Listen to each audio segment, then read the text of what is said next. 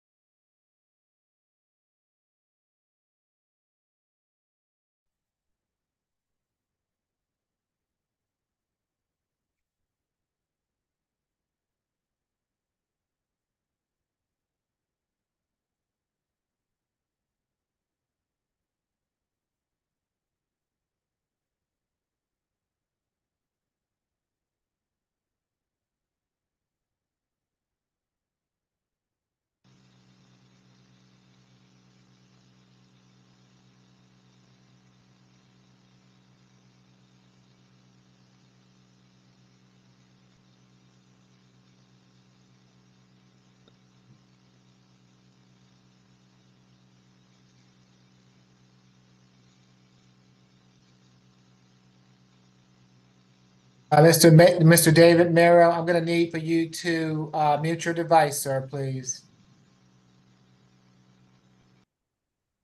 Thank you.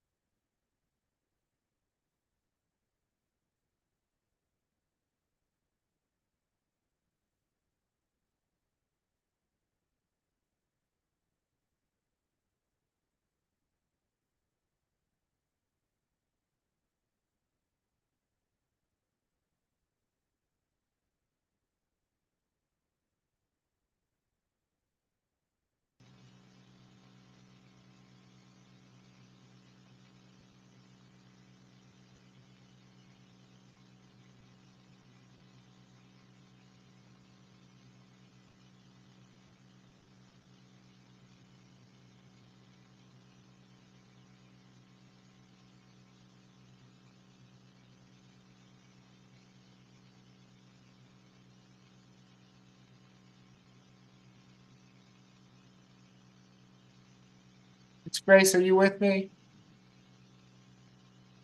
Yes, sir. Good afternoon. Would you see if you can, I don't know if that's coming from David Merrill's device or not. If you could mute his device for me. Yes, I muted him and he must be unmuted himself because when you said that the first time I muted him, he didn't Oh, vote okay. for him. Thank you, Miss Grace. I appreciate it. No I'm happy to have you here, Mr. Miller, but we're getting feedback from where you are, so we're gonna have to keep you muted until we're ready to speak with you. Courtroom 2, just let me know when you're ready for me to begin.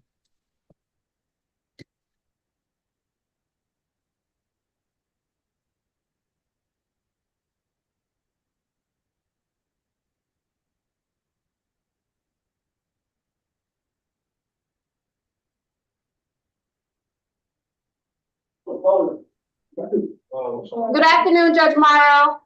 Afternoon, Francois. I hope you're well. Thank you. I hope you are as well. Thank you. Good afternoon. You ready for the announcement? Yes, thank you. Good afternoon, ladies and gentlemen. I'm Judge Eric Morrow. This is the State Court Expedited Accusation Calendar that we're conducting by video. You have a right to remain silent. Anything you say can be used against you. You have a right to have an attorney present at these proceedings. If you do not have a private attorney, we're providing you with the assistance of a public defender or a conflict defender this afternoon if you choose to utilize their service. And Francois, did you note that there is a private attorney on for, I don't know if you have David Wells there or not. For David Wells. Okay, I was not aware of it, but thank you for letting me know. Okay, We have a private attorney for David Wells, if you can pull him out. Well, Thank you. well, David Wells. Okay, meanwhile, Judge, whenever you're ready, we're going to start with position number 18, Ms. Henderson. Okay. Good afternoon, Ms. Henderson. You have been charged in case 25 CR 003822G with 3 counts of battery family violence and 3 counts of simple battery family violence. Is there a history? No, Judge. First arrest. Thank you. Good afternoon, Ms. Roberts. Good afternoon. Yes, good afternoon, Mr. Sirocco. Good afternoon, Judge. This incident took place July 5th through the 6th. It went into the 6th of this year at 2517 Monterey Parkway in Sandy Springs. Law enforcement responded to a domestic dispute call made by a third party who explained that they heard screaming and yelling from the apartment above and that it sounded like people were fighting. They had been out to, they as in law enforcement, had been out to the address several times that night for domestic calls, but each time officers arrived on scene, that commotion seemed to have died down and no one would come to the door. When officers arrived this time, loud screams could be heard coming from inside the apartment, followed by what sounded like a physical altercation taking place. Under the exigent circumstances, officers entered the residence, made contact with the victim, Dylan Javante, who explained that the defendant, his girlfriend, who lives with him in the same household, was going crazy over seeing his phone and began throwing all of his belongings all over the place. The defendant then attacked the victim, scratching him, ripping out his hair, etc. The victim had fresh red scratch marks below his right eye, on his lip, several scratch marks on his neck and upper chest area, scratch marks on the back of his neck, on his left arm as well, and he also was observed to have bite marks on his left tricep. It was observed as well inside the apartment that part of the victim's hair was on the floor. Defendant admitted that she had discovered the victim was cheating and had become upset. She admitted that there was pushing, but claimed no other physical altercation took place. We have spoken with the victim here. They are in a relationship. They live together at the incident location, he explains, and confirmed that the events in the warrant were on point with the exception of the hair pulling. He stated nothing like this has ever happened before and that he's not in fear and wants to continue contact. He explained that he does want the defendant to return to the residence. He should be on Zoom. We would ask the court sound for Mr. Javante when appropriate. Given the absence of a history here, The state's recommendation is a signature bond, preferably a high signature bond through pretrial services, for the defendant to complete FFIB. And given the freshness of this and the extensiveness of the attack here, it was several things that she did, several injuries that he sustained, sound like everywhere all over his body. We're asking for no further contact, for a cool down period, stay away from 2517 Monterey Parkway and Sandy Springs, and no drugs, weapons, or alcohol while out on bond. If Mr. Dylan Javante is on the line and wishes to address the court, now is your opportunity. Doesn't appear so. Good afternoon, Mr. Douglas. Is this your case? Good afternoon, Judge. It is. You can proceed. Yes, Your Honor. Ms. Henderson is 19 years old. As we heard, this is her first cycle. Your Honor, I do have good contact for her. She is going to reside at the incident location, so we would ask that it be no further violent contact and no stay away from that incident location. Your Honor, she moved here with her boyfriend, who is the alleged victim in this case, in May of 2025, so this year, from Illinois. She moved because of her boyfriend, so she has nowhere else to go. She has no family or support down here. Your Honor, she is in the process of getting her GED, and she is currently working 2 jobs. The first with, turn that off, excuse me. The first was Legacy Region Patient Care, which she's a patient care advocate. She also is a in-home caretaker with OPA Home Care. Your Honor, I've also spoken with the alleged victim. He told me the same thing, that he is not in fear of the alleged victim, and he wants no further violent contact, and for Ms. Henderson to return home. Your Honor, we dispute the allegations, and we want time to get all the facts together and present our defense. While we are in agreement that in requesting for a signature bond, I don't think an FVIP at this time is appropriate. I'd instead ask for a 1-day anger awareness class. And again, Your Honor, I'd stress that we are asking for no further violent contact, as Ms. Henderson only has Mr. Javante in the Atlanta area, and she would have no place to go moving forward. Okay, for each battery will be a $2,000 signature bond through pretrial level 1. For each simple battery will be $1,000 signature bond through pretrial level 1. Makes for a total of a $9,000 signature bond through pretrial level 1. 1-day anger awareness. No further violent contact with Mr. Giovante. No drugs, alcohol, weapons while out on bond. Good luck to you, Ms. Henderson. Next, Judge, we have the private attorney case available, position number 35, David Wells. Okay.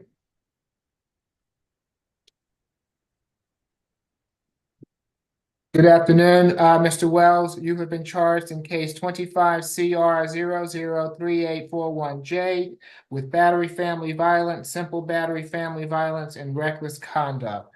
Is there a history? Not with Ms. Roberts. I only show one prior arrest from 87 out of New York, and nothing further. Thank you. Yes, Mr. Suarez. Thank you, Judge. This incident took place July 6th of this year at 2611 Springdale Road, Southwest Atlanta. Law enforcement responded to a domestic violence call. Upon arrival, the officer made contact with the defendant, who explained that he had received a call from someone who lives in the building regarding his son's behavior, which he states was causing problems at the apartment complex there. He states that he is Mr. Arnold's caregiver, claimed that his son, the victim in this case, David Tyrone Wells, was stealing from him. He stated that once he arrived at the apartment unit, he told his son that he had to leave, but his son didn't want to go, so he called the police. He states that once he and his son both got downstairs, his son kept walking up to him and claims that the son started following him to his vehicle. The defendant then stated that once he got into his truck, he closed the car door, but his son kept opening it. So he stepped out of the vehicle and fired a warning shot, as he claims. The officer then spoke with Mr. Wells, David Tyrone Wells, who explained that his dad attacked him. He said that his dad had come to Mr. Arnold's apartment unit and had told him to leave. And once the two got downstairs, he asked his dad if he could talk to him. Then his dad started punching him in the chest and also in his arm area. The victim then explained that his dad proceeded to then fire a shot into the air. The officer then saw that the victim had visible marks on his body from the attack, observed no injuries on the defendant, and the defendant was arrested. For this, the state's recommendation, given the risk to public safety that discharging a firearm near an apartment complex poses to the public, the state's recommendation is a $6,000 total surety, $4,500 on the reckless conduct. Then it would be $1,000 on the battery family violence and $500 on the simple battery family violence, for again a total of a $6,000 surety there. With that, the state would sound for Mr. David Tyrone Wells. We have not spoken with the victim yet, but we will continue to make those efforts. If David Tyrone Wells is on the line and wishes to address the court, now is your opportunity. And excuse me, Judge, with respect to conditions, we would ask for no further contact with the victim, stay away from 2611 Springdale Road, Southwest Atlanta, FIP, a firearm safety class, and no drugs, weapons, or alcohol while out on bond. Thank you. Good afternoon, Mr. Williams. Good afternoon, Your Honor. Your Honor, this is the case where my client has been taking care of his son, David Wells Jr., who has a rather long criminal history, and he is battling issues with drugs. My client is consistently having to work with Junior to help him get help for his drug use. So when my client had to arrive at that particular location, because he was called there because Junior again was on heavy drugs and causing chaos. So my client went to calm down the son and get everything corrected. This was an incident where Junior was trying to break my client's windows as he was trying to drive away. And so my client hit him just to get him off of him. If the state were to see Mr. Wells Jr.'s history, they would clearly see that my client has been the victim of Mr. Wells Jr. in the past. And so that is the reason why he was dealt with the way he was dealt with. My client has no criminal history, no recent criminal history. I think she said something in 87, and that was an arrest. But my client's a business owner in the county. He and his wife, they don't live at the incident location, but they do care. This is not an apartment complex. The state has that wrong. This is more like a senior living assistance place where my client assists the individual who he was called there to help. And while we have no objection to any violent contact, I understand that Mr. Wells Jr. Is, being taken care of by senior, even though Wells Jr. is an adult, because they're trying to get him into drug rehab programs, things like that. So I would ask that, considering the circumstances, considering that my client is a business owner in the area, he has no violent history. This was something specific to his son, who at the time was high on drugs. We asked that he be granted a signature bond, and that's what we would ask the judge to consider in this particular case. And I think that once the state hears the rest of the evidence and hears from Junior, who has recanted the statements he originally gave, I don't understand why the state hasn't heard those recanted, that the Junior has recanted what he said to the police. But that was done. And I think once the state hears about what the facts were, this case will be viewed very differently. My client poses no threat to anyone in the community. He's a business owner, just conducting business, him and his wife, trying to do the best they can for their son, who is having some issues with drugs at the moment. Mr. Williams, where does Junior live at the present time?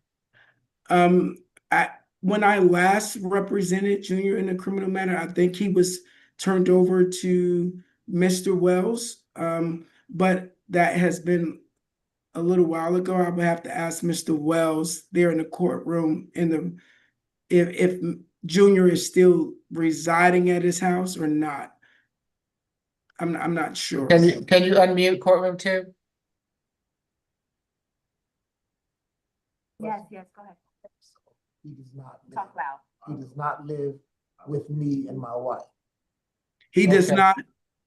Okay, he's not living with him and his wife any longer, and that is not the incident location either. So, Okay. Thank you. And the incident location, the senior living, does your client work there? Does he have business of being there? yes, he helps take care of a resident there, which is why that resident is the reason why Wells had to come there, because Junior was at that residence attempting to steal or take something from the singer, from Okay. the person who lives in the senior living place. Okay, And thank he you, was Mr. high on drugs at the time. So they called Mr. Wells Sr. to come to take care of Junior, because they didn't want to call the police, because Junior has had a record of multiple contacts with the police that all stem from his drug use. And Judge, while we have not spoken with the victim, I would like to emphasize that well, if it's not an apartment complex, it is a senior living facility, which is not good for the public. Also, with respect to any sort of inebriation or any substances that the victim may or may not have been on, officers made no observations with respect to that when they spoke with him. Okay, if nothing further, for the battery, it's going to be a $2,000 signature bond through pretrial level 1. For the reckless, a $10,000 signature bond through pretrial level 1. For the simple battery, $1,000 signature bond through pretrial level 1. Makes for a total of a $13,000 signature bond through pretrial level 1. A gun safety class, relinquish all firearms. No further contact with the alleged victim at the present time, and no drugs, alcohol, or weapons while out on bond. Good luck to you, Mr. Wells. Thank you, sir. Pray for me. Thank you, Your Honor. You're welcome. If nothing further, Mr. Williams, you're free to go this afternoon. All right, thank you. Thank you. Judge, I do have a quick announcement. Okay, Are in need of a Spanish interpreter for position number 33 and also number 8. Yes, we will have someone. She just contacted me. She'll be signing on. I'm about to send the link out. Okay, thank you. Next, Judge, we're gonna have position number 7, Mr. Camel.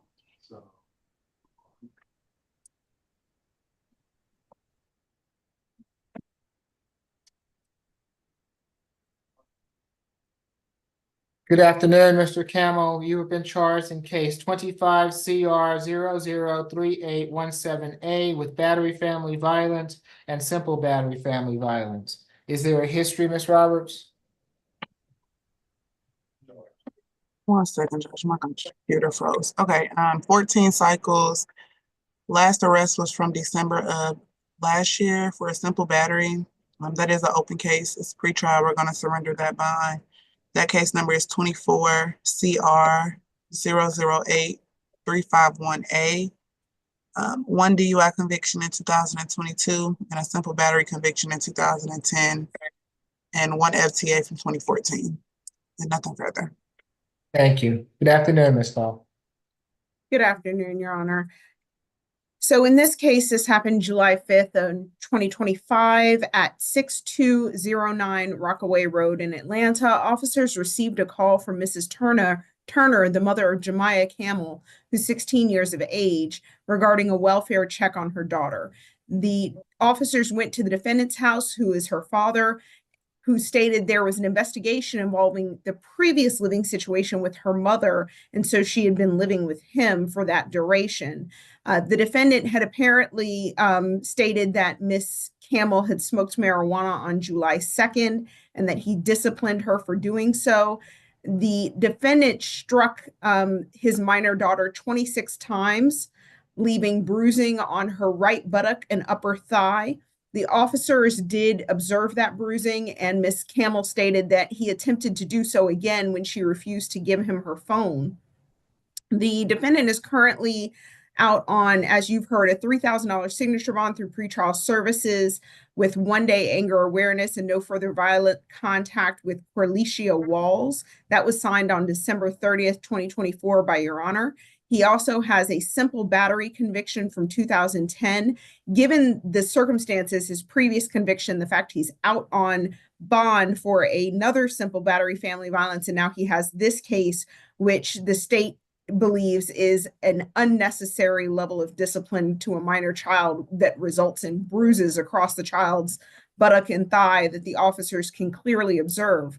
We are asking for a $4,500 surety bond. That's $3,000 on the family violence battery, $1,500 on the simple battery family violence, no further contact with Jemiah Camel, no alcohol, drugs, or weapons. We're also requesting FEIP at the defendant's own expense, being that this is the third allegation of violence. We're also requesting an alternative living situation for Miss Camel. We're not sure if DFACS was involved in either the allegation at the mother's house or this allegation. And unfortunately, due to the age of the child, we have not been able to ascertain whether DFACS has taken the children, what has occurred in the interim, or if they're with a family member that they can stay with in the interim.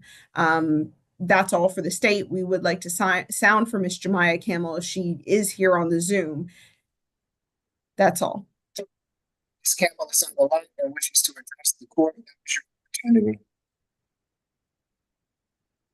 Does not appear so. Good afternoon, Ms. McLeod. Is this your case? Good afternoon, Your Honor. This is my case. Your Honor, I would be asking for a signature bond for my client. There's a lot of moving parts here, Your Honor, and I would like to explain to the court. My client just got custody of his 16-year-old just over a week ago. Of course, she came with some degree of reluctance because it was determined by the defects that she was unsafe in her mother's home.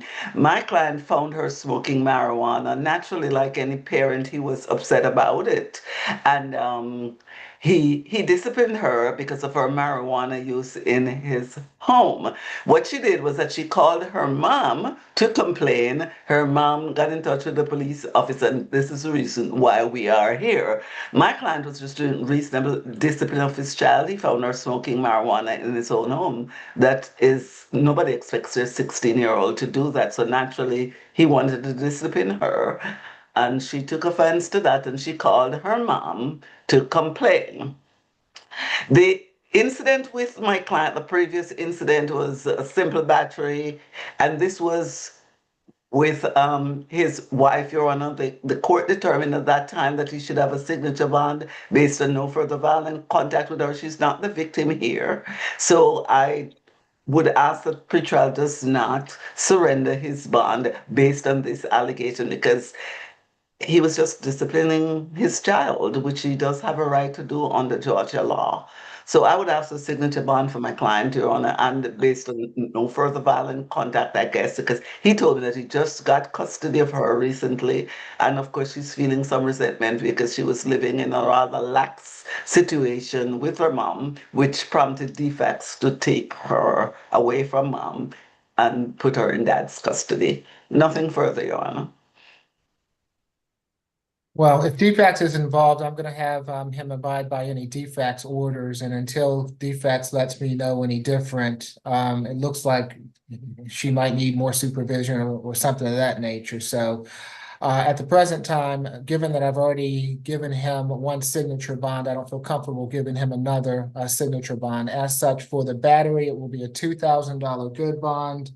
For the simple battery, it will be a $1,000 good bond, makes for a total of a $3,000 good bond. No further contact with the alleged victim. She's with her aunt at the moment, Your Honor, with his aunt, with my client's aunt. Okay, well, if DFAX is not involved, I take it that DFAX will be involved, and he is to abide by any DFAX orders going forward. No drugs, alcohol, weapons while out on bond. Good luck to you, Mr. Camel. Thank you, Your Honor. Welcome. Thank you, Your Honor.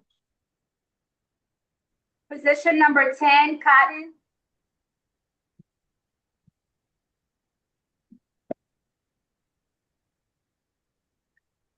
Good And Your afternoon. Honor, Yes, Ms. Hall. my apologies, Your Honor. I wasn't trying to interrupt. I just wanted to let the court know that Cotton does have a co-defendant, and that is Braden Pyron, if he is in court and can be brought forward as well.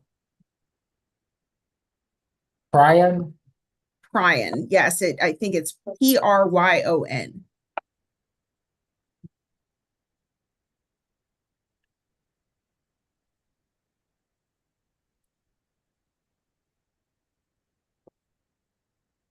And Ms. Falk, for Mr. Pryon, okay. His only charge is the marijuana charge? Yes, that is correct, Your Honor. They were Okay. arrested together, so that's why they're co-defendants in this case. Okay, good afternoon, Mr. Cotton and Mr. Pyron. Mr. Cotton, you have been charged in case 25 CR 003840A with theft by receiving stolen property and possession of marijuana less than an ounce. And Mr. Pyron, you have been charged in case 25 CR 003819J with possession of marijuana less than an ounce. For Mr. Cotton, Ms. Roberts, is there a history? No, Judge, first arrest. And what about Mr. Pyron? First arrest as well. Okay, and who's representing Mr. Cotton? Mr. am. Dotis? Yes, Your Honor. Okay, and Ms. McLeod, are you represent, or who's representing Mr. Pyron?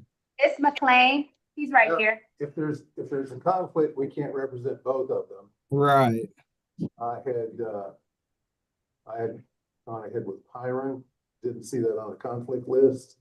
Okay, Ms. Falk, are you gonna recommend anything other than a signature bond for Mr. Pyron? No, Your Honor. Okay, well, we're gonna give him a signature, well, more than likely, he's gonna get a signature bond since the state is recommending that. Can you go ahead and deal with that on the signature bond, Mr. McLean? I think so, Your Honor. Yes, he's 18 and high school and Okay, well, thank, he's very industrious. He's an 18-year-old. okay, yes, yes, Ms. Falk. Yes, Your Honor. This incident happened on July 6, 2025 at around 2:59 a.m. Officers were patrolling the shopping plaza at 3050 Martin Luther King Jr. Drive Southwest. They saw two vehicles sitting in the parking lot at the location with their lights running. They had seen these two vehicles earlier in the lot, and all businesses at that location were closed. So the officers decided to check the vehicles to make sure they weren't abandoned and the occupants were okay. When they approached, they smelled the strong odor of marijuana. They saw 3 males and 2 females inside and outside of the vehicles.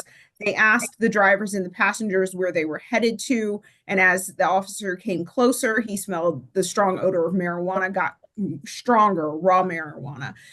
Brandon Pyron and Almeke Cotton were identified. They both admitted to previously smoking marijuana. However, the officers questioned why they still were smelling the odor of raw marijuana. At that time, Mr. Pyron produced 17.3 grams of marijuana on his person, and Mr. Cotton, I believe, had, will just give me a moment. He also had marijuana on his person, as well as a handgun. When questioned, he stated that he had gotten the handgun from a lake. near a lake around the West End area and had kept that firearm. He also had 3.9 grams of marijuana in his possession. They were both arrested on those charges. For Mr. Cotton, the state's recommendation is going to be a $5,500 split bond, $5,000 surety bond on the handgun, $500 signature bond on the marijuana charge. We're also going to ask that signature bond go through pretrial services and random screens be a part of his pretrial services bond. On Mr. Pyron, we're asking for a signature bond through pretrial services, also random screens. And as to both, we're asking for no further contact with Mr. Pyron on Mr. Cotton's case and no further contact with Mr. Cotton on Mr. Pyron's case. That's all for the state. Yes, Mr. Douglas. Thank you, Judge. I'm representing Mr. Cotton, who is 18 years old. As we heard, he has no history. This is his first cycle. Your Honor, I have good contact information for Mr. Cotton, and he will be residing with his mother after this, and the address is correct on Odyssey. He's resided in Atlanta for the past 3 years. Before that, he was in New Jersey before the family moved down to Georgia. He'll be staying with his mom and father, who we have contact information with. Your Honor, in May, he graduated from the KIPP Atlanta Collegiate High School. He's currently, for the summer, working 2 jobs while he saves up for trade school. He's working at Best Buy and at Foot Locker, and he hopes to have the opportunity to get back there quickly. He is planning on heading to trade school, where he wants to work in electrical engineering. Your Honor, he was honest and upfront with law enforcement throughout the entire encounter. And I want to be very clear, he volunteered and let officers know about the handgun that he had found at a prior dealing. Your Honor, based on the limited history, we are just asking for a signature bond. If it needs to go through pretrial, then that's fine. But we want to make sure that he can get back to saving up money for school and working to put this behind him. Okay, Mr. McLean. Your Honor, because of the facts, I won't go into that much detail, but suffice to say he's a high school graduate heading to college, and he has worked 3 retail jobs, and I've got hold of his mom. Okay. For Mr. Cotton, for the theft, it will be a $3,000 signature bond through pretrial level 1. For the marijuana, $1,000 signature bond through pretrial level 1. Makes for a total of a $4,000 signature bond through pretrial level 1. Relinquish all firearms, no drugs, alcohol, weapons while out on bond. No further contact with Mr. Pyron. For position 29, Mr. Pyron, for the marijuana will be $1,000 signature bond through pretrial level 1.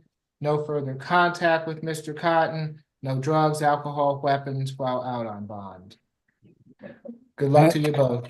Your Honor, if I may, I noticed that these cases are in different courtrooms. One is in Besson, the other, Mr. Pyron's, I believe, or excuse me, Mr. Cotton's is in Judge Roth, and Mr. Pyron's is in Judge Besson. Could one of them be transferred so they track together?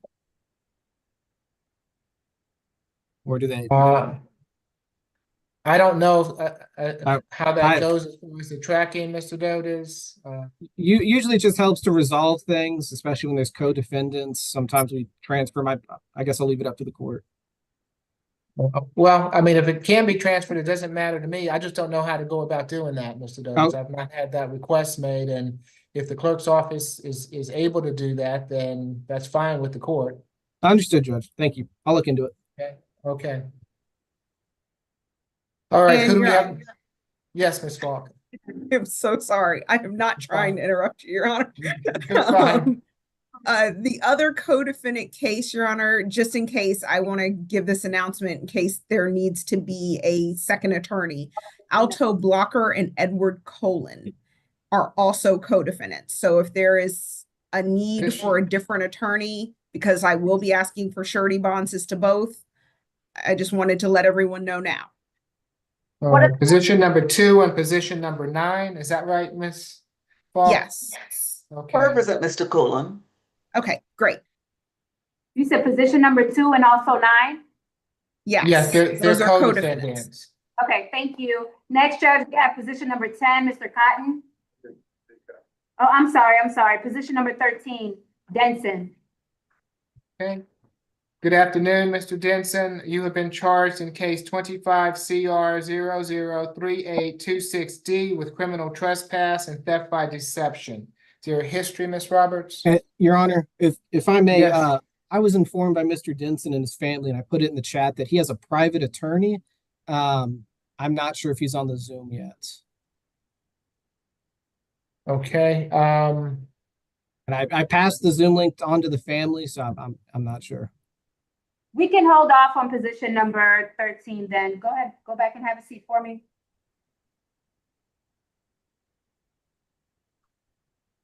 Position number 19, Mr. Hewley.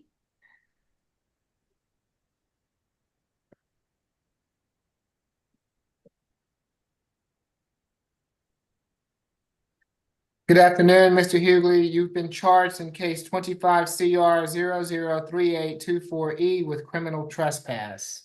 Is there a history, Ms. Roberts? Yes, a total of 25 cycles. Last arrest was May of this year for criminal trespass. Does appear to be on probation for 3 criminal trespass cases, 24 CR 007532E. That disposition was November of last year. 24 CR 007870E. That disposition was December of last year. And then 25 CR 003110E. That disposition was June of this year, all 12 months probation. A 2019 criminal trespass conviction and 2 2015 convictions for possession of marijuana less than an ounce. And nothing further. Thank you. Mr. Sirocco? Thank you, Judge. This incident took place, it was from July 5th through the 6th at 100 Lakewood Way, Southwest Atlanta. It's the Circle K gas station. Law enforcement responded to a trespassing call there, and upon arrival, the officer recognized the defendant exiting the gas station, walking towards the roadway. The defendant was recognized by the officer because he had previously been arrested for trespassing at the same location by APD under 4 separate previous times.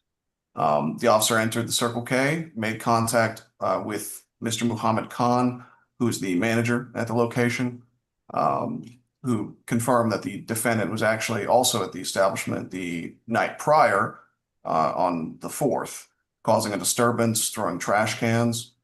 And the officer then exited the gas station, was able to locate the defendant and placed him into custody.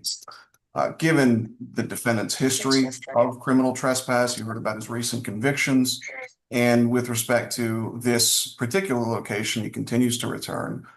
State's recommendation is a $1,000 surety, stay away from 100 Lakewood Way, Southwest in Atlanta, the Circle K.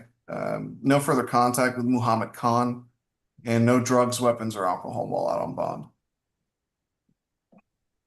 Mr. Dotis?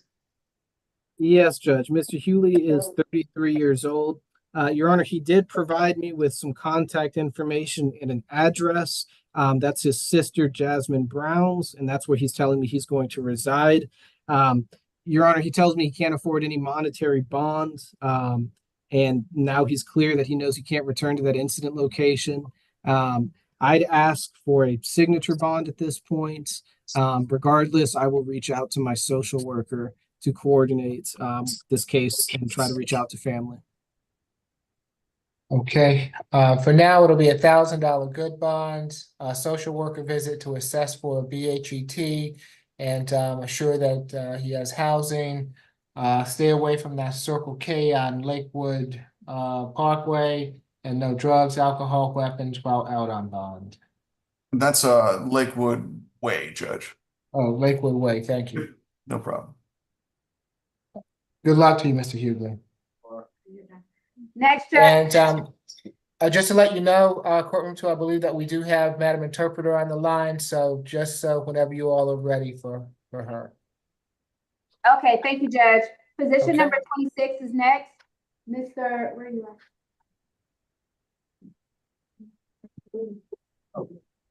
How do you pronounce your last name?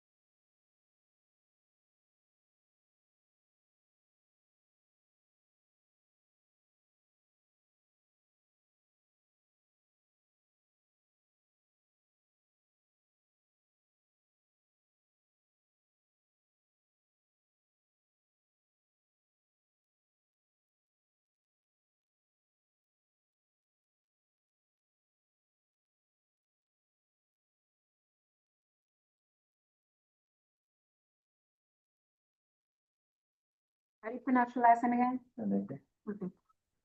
Judge, we're ready for position number 26, Mimedi. Okay, are we all good? Are we all back in the main session? It appears so. Thank you. Good afternoon, Mr. Mimedi. You have been charged in case 25 CR 003806A with criminal trespass and simple assault. Is there a history, Ms. Roberts? Judge, could you repeat that position number for me, please? Yes, position 26. Okay, one moment.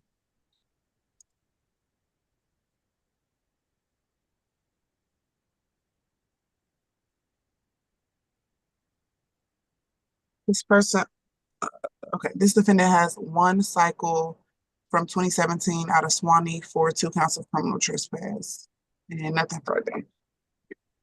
Thank you. Mr. Sirocco? Thank you, Judge. This case was a reset. The incident took place July 3rd, 2025 at Windward Parkway in Alpharetta. Law enforcement was dispatched to 830 North Main Street about a verbal disturbance and road rage incident. Officer made contact with the victim, Diana Vaduva, who explained that the defendant, a stranger to her, was driving aggressively, and they got into a road rage incident. She explained that she pulled over to the side of Windward Parkway to pick up her mother and her children, and a person in a black pickup truck drove around her and stopped his vehicle in front of hers. As the pickup truck was driving past her, the driver yelled out the window and flipped her off with his middle finger. And then as the victim, they flipped each other off, basically. And the defendant then proceeded to get out of his vehicle and then tried opening the victim's driver's side door. He then spit on front driver's side window. And proceeded to get on the hood of her car and stomped her windshield, breaking it. The victim's 3 children and mother, Annie Soara Vaduva, were in the car at the time. And it is stated that the victim and her mother threw an orange beverage at the defendant in self-defense to get away. Officers later spoke with the defendant regarding the incident. He admitted that he got on top of the car and shattered the windshield by stomping on it, stating that it was after the passenger threw an orange beverage at him. The defendant's daughter stated her father got out to speak to the other driver and that the other person threw a drink at her father, making him apparently get back out of the car and stomp on the windshield. State's recommendation here, I mean, there were children, an elderly woman in the car, is a $1,000 total surety bond, $500 on the criminal trespass, $500 on the simple assault, 2-day anger awareness course, no further contact with Diana Vaduva, no further contact with Annie Soara, that's Anisoara, Vaduva, no further contact with Miss Diana Vaduva's children, and no drugs, weapons, or alcohol while out on bond. If the Vaduvas are on the line and wish to address the court, now is your opportunity. Ms. McLeod? Yes. Your Honor, my understanding was that she was also arrested, so I don't know where she is now. But I will say my client totally denies that he was the one who started this. It's a long story about what happened. It was an incident where she was the one who started all of this. She was the one who flipped him off. She was the one who threw something at him. I'm not saying that any of this is excusable, but she was the initial aggressor, Your Honor, in all of this. My client has no significant criminal history at all. He's 41 years old, Your Honor, and I would ask the court to give him his signature bond. There is no reason why he should have any further contact with any of the people named by the state, because he does not know any of them. They're all strangers to him, Your Honor.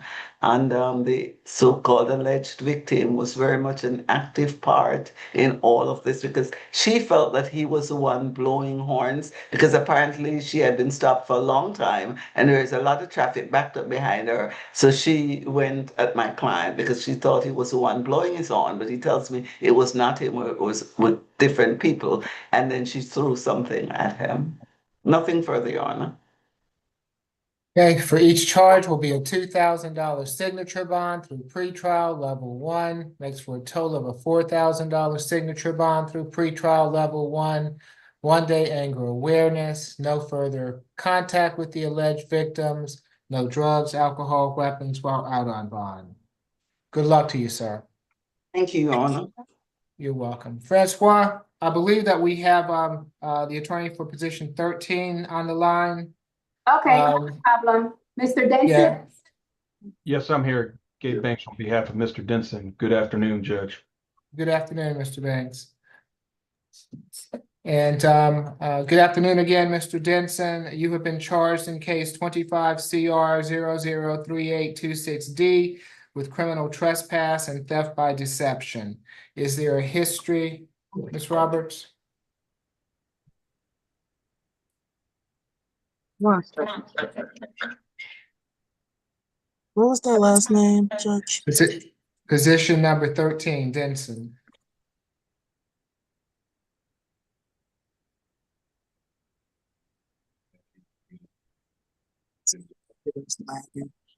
Okay. Denson has 1 prior arrest from July 4th of this year out of Coweta County for possession of marijuana less than an ounce. There was no disposition listed. And nothing further. Ms. Falk? Yes, Your Honor. On this case, this incident happened back in December of 2023. to be specific, December 20th at the Bethune Elementary School at 225 Northside Drive in Atlanta. The defendant had entered the parking lot and was charging motorists $120 to park on the property.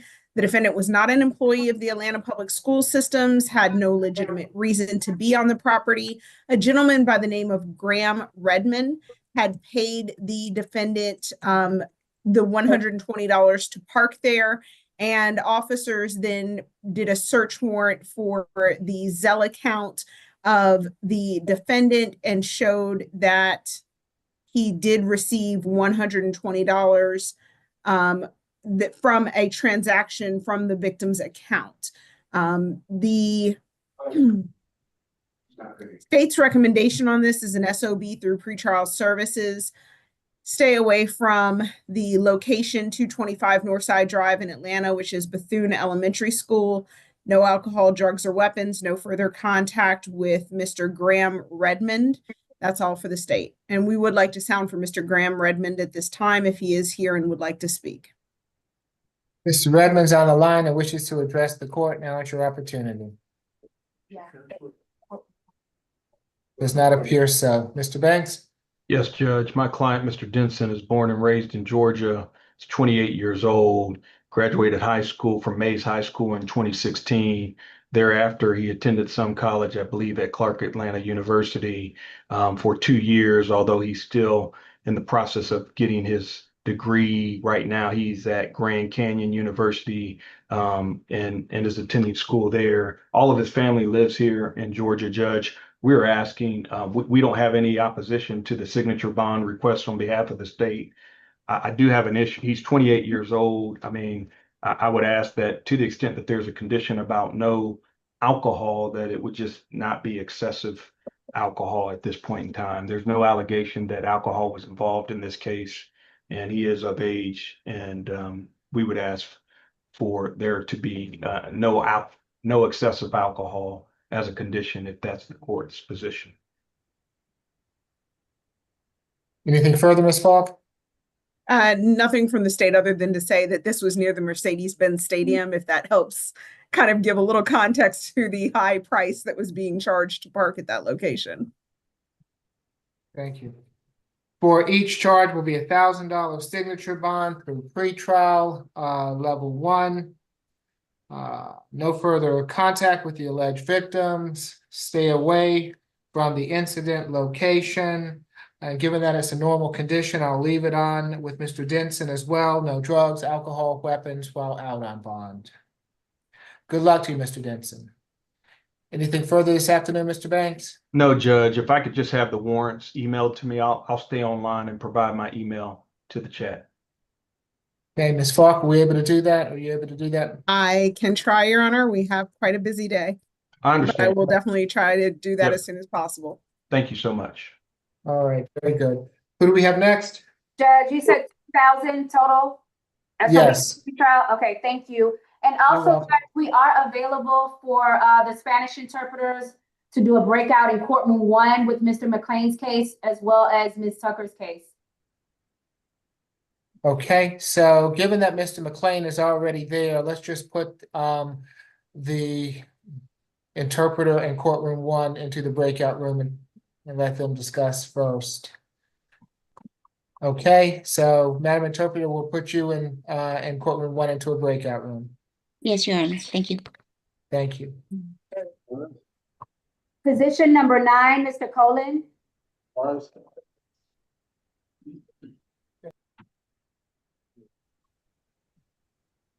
Good afternoon, Mr. Colin. You've been charged in case 25 CR 003812J with loitering and prowling and possession of marijuana less than an ounce. Is there a history, Ms. Roberts? He has a total of 26 cycles. Last arrest was in 2018 for battery. That was a conviction. And then a 2016 possession of marijuana conviction. And prior to that, the rest of the convictions were in the 90s. And nothing further. Falk? Apologies, Your Honor. I was trying to send that email. What position are we on? Position number 9, Mr. 9. Colin. Thank you. Oh, Mr. Colon, the co-defendant on that case, I don't know if we can address them both at the same time, is Mr. Alto Blocker. Is it possible that we can address both? Is Mr. Blocker in courtroom too? We're getting him, Judge. Okay, thank you. Okay. And let's see, Ms. McLeod, you represent Your Mr. Honor. Cullen? I do, Your Honor. Okay, Ms. Tucker, you represent Mr. Blocker? Yes, Your Honor. Okay, very good, thank you.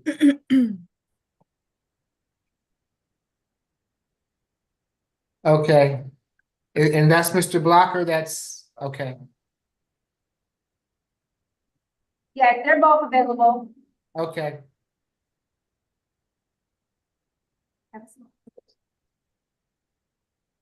Good afternoon, Mr. Blocker. You have been charged in case 25 CR 003811Y with criminal trespass, loitering and prowling, and possession and use of drug-related objects. Is there a history, Ms. Roberts?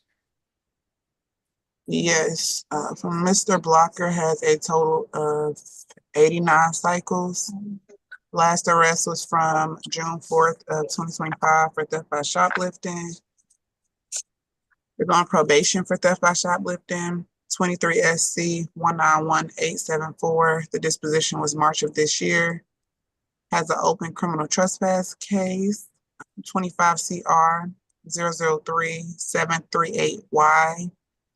A 2022 conviction for driving without a valid license. A 2017 and 2008 conviction for grand theft out of Florida. 2016 sale of a controlled substance conviction out of Florida. 2014 and 2005 possession of cocaine conviction out of Florida. And then a 2014 and 2012 larceny conviction out of Florida. The rest of the convictions are dated. And nothing further. Thank you. Ms. Falk? Yes, Your Honor. On Mr. Blocker's case, and Mr. Cologne's case, this happened July 5th, 2025 at the Exxon at 1105 Holcomb Bridge Road. The defendants were sitting on a curb between defendant Winifred, who bonded out subsequently, and defendant Blocker. There was a piece of aluminum foil with a straw that's commonly used for smoking methamphetamine. Defendant Cologne had a Chick-fil-A bag containing 1.8 grams of marijuana and rolling papers. Mr. Blocker also had a criminal trespass that has been in effect at that location since September 23rd, 2022. Defendant Blocker has been convicted on 3 previous trespasses from that same Exxon station, 24 CR 002826C, 3375C, and 3468C. Those were all criminal trespasses at that same Exxon location. He was given balance suspended on all of those back in 2024. And he is on probation on a case that Your Honor sentenced him on June 24th of 2025, 25 CR 003176Y, which is the Walmart on Mansell Road. That is pending, and he is currently this would make a violation of that probation. He also has a pending criminal trespass under 25 CR 003738Y for criminal trespass at Roswell Summit. So just to kind of give Your Honor a little bit of background about the number of criminal trespasses this defendant has had in the last year alone. There is a $4,500 preset bond on Mr. Blocker. We are asking that be reduced to $1,500, $500 on each count. Stay away from the Exxon at 1105 Holcomb Bridge Road, no alcohol, drugs, or weapons. There is currently a $3,000 preset bond on Mr. Cologne. We are asking that be reduced to $1,000, $500 on each count. Stay away from 1105 Holcomb Bridge Road in the Exxon at that location, no alcohol, drugs, or weapons. That's all for the state.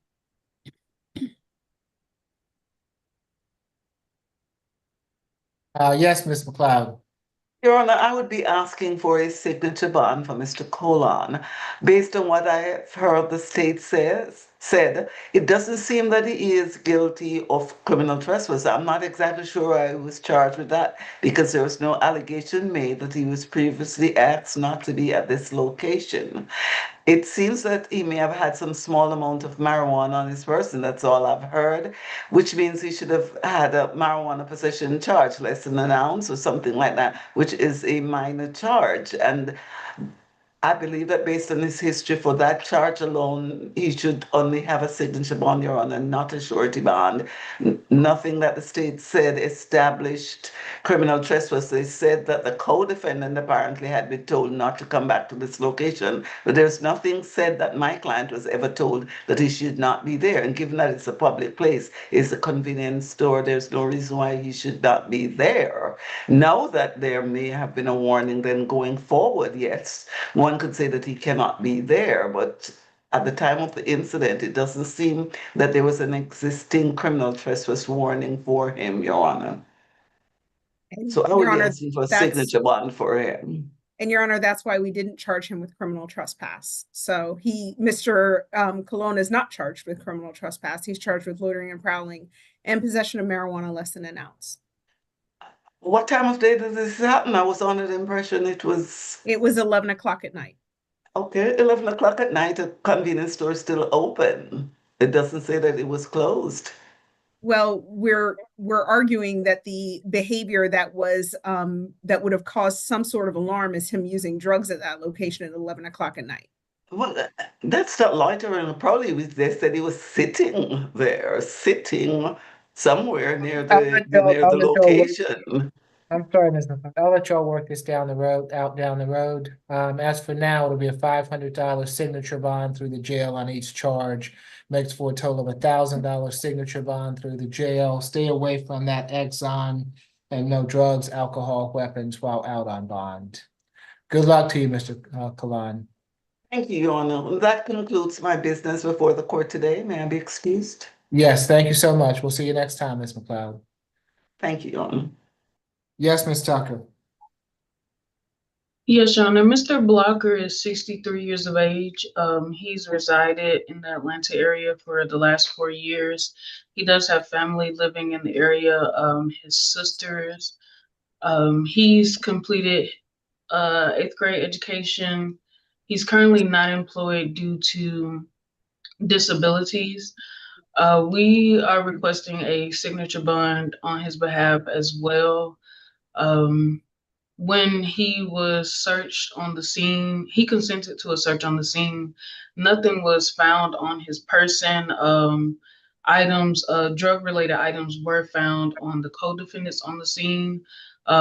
So we are requesting a signature bond for him. He also maintains that he was not on the property, that he was previously trespassed for at the Exxon. However, we have no objections to a stay away from that location.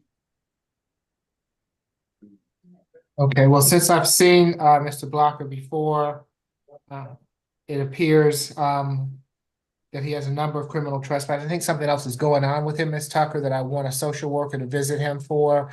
So if we can get a social worker visit to assess for BHET or housing possible issues, it will be a $500 good bond on each charge, makes for a total of a $1,500 good bond. Stay away from that Exxon, no drugs, alcohol, weapons while out on bond, and that social worker visit. Ms. Bridgewater, did you get the number to that open criminal trespass? We can place that also on that SAP calendar. No, may I have it, please? I have 25 CR 003738Y. Thank you, I have it. All right, thank you so much. Good luck, Mr. Blocker. Judge, his total bond was a $1,500 good bond, correct? Yes, 500 on each charge. Thank you. And then also for position 9, Mr. Colon, the total was 1,000 SOB through the jail? Yes. Okay, thank you. Okay. Next, Judge, we have position number 20, Mr. Jackson.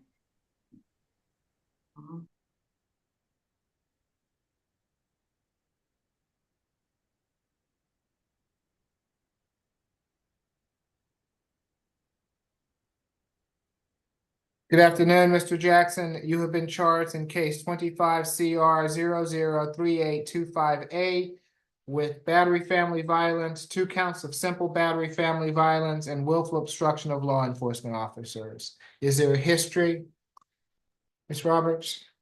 Yes, he has 3 cycles. His last arrest was from August of 2023 out of DeKalb County for 3 serious felony charges, false imprisonment and battery. Also has an open case out of DeKalb for disrupting a public school and obstruction of a law enforcement officer. A 3rd open case out of DeKalb for false imprisonment, simple battery, and 2 counts of theft by taking. And then a 4th open case out of DeKalb for possession of marijuana with intent to distribute, speeding, and reckless driving. And nothing further. Thank you. Thank Who's you. presenting? That's me. Oh, I'm sorry. Yes, Mrs. Rocco. So this incident took place July 5th of this year at 78 Sheridan Drive, Northeast in Atlanta. Law enforcement responded to a 911 call and upon arrival made contact with the victim, in this case, Ms. Consuela Perez, who explained that the defendant, her boyfriend, who's been living with her at the location since late last year, became upset with her over a picture. She explained that on July 4th, she went to a fireworks event featuring a musical artist, and the next day the defendant saw a picture of her with said musical artist on social media. The defendant then got upset with her because of that picture. He got mad at her, spit on her, grabbed her shirt, and pushed her. He also punched Ms. Perez in her right ear and right wrist. She sustained multiple bruises to her right ear and right wrist from the attack. The 2 have been together for 8 years and have lived together for 4 of those years, including from the time most recently in December 24 to present.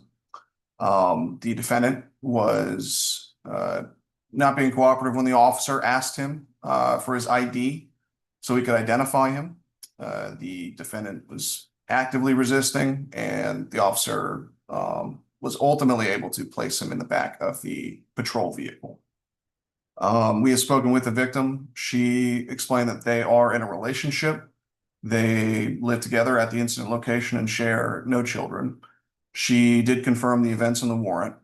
She states that nothing like this has happened before and that she's not in fear of the defendant, wishing to continue contact, and is okay with the defendant returning to the residence. She may or may not be on Zoom. We would ask the court sound for her. But regardless, given the defendant's open cases for, I believe that one with kidnapping, several serious sexually related felonies, false imprisonment, ag assault, simple battery, and theft by taking, that one that's in DeKalb was indicted in 2023. That should still be open, as well as the other false imprisonment cases. With those, we would be asking for a 3,500 total surety, 2,000 on the battery family violence, 1,000 on each simple battery family violence. That should be a 4,500 total surety, 1,000 on each simple battery family violence, and 500 on the willful obstruction. We don't think it's a good idea for them to be around each other. We'd be asking for no further contact, especially given that this was July 5th. So there's been no cool off period really. And then as well, a stay away from 78 Sheridan Drive, Northeast in Atlanta, for him to complete FIB and have no further contact, and have no drugs, weapons, or alcohol while out on bond. Ms. Perez is on the line and wishes to address the court. Now is your opportunity.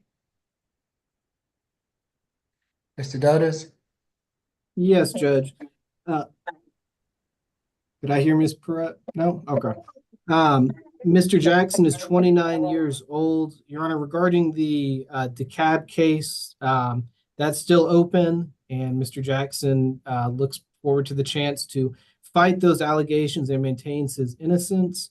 Your Honor, I do have good contact information for him. He is a lifetime time resident of Atlanta. He's a father of one 9-year-old girl that he shares with the alleged victim in this case. Your Honor, I also had the opportunity to speak with her. I was hoping she would also be here to speak for herself, but she told me that she did not want this case to proceed. She wants no further violent contact, and she wants Mr. Jackson to return to the house because she's currently moving out of her apartment due to a recent flooding incident. And Your Honor, she is the breadwinner of the family. Mr. Jackson is the primary caretaker of the child. And so while she works, he's at home watching their 9-year-old. Again, as we heard, they've lived together for the past 4 years with no other incidents. Your Honor, at this time, I would just ask for a signature bond for the pre-trial with a one-day anger management course if needed. If a monetary bond is required by the court, I'd ask it not to exceed a $2,000 surety bond, as after speaking with both parties, that's the absolute maximum. And again, I want to stress the alleged victim was very clear that she's really desperate for Mr. Jackson to come home and help raise their child. Nothing. I do have a point of clarification I'd like to, raise to the defense. When we spoke with her, it was our understanding from her that she had no children. And I'm hearing from defense that they apparently do share one child. So I'm trying to figure out where this information from. Because on our end, speaking to her, no children seems to be the situation. Your Honor, everything I've gotten has come from the alleged victim who I spoke to before this. So I'd leave it at that and we can figure it out later. But my understanding is they share a child. Okay. For the battery, it will be a $2,000 good bond. For each of the other charges will be a $500 good bond. Makes for a total of a $3,500 good bond. At this point in time, no further contact with Ms. Perez. Stay away from the incident location. If necessary, he can go back to that location on one occasion with law enforcement to retrieve any belongings. If there are any minor children involved, there will be third-party transfer of the minors for visitation. No drugs, alcohol, weapons while out on bond. Good luck to you, Mr. Jackson. And Your Honor, just for Mr. Jackson, he did inform me that he could live with his father if a stay away was issued. So I just want to be clear to him, he did not have that address to give me. So Mr. Jackson, just be clear that you update your address with the court once you have that. Oh, and Judge, I did get confirmation from our victim witness advocate. The child is not biologically his. Okay. Good luck to you, sir. Who do we have next? Position number 14, Mr. Gibson.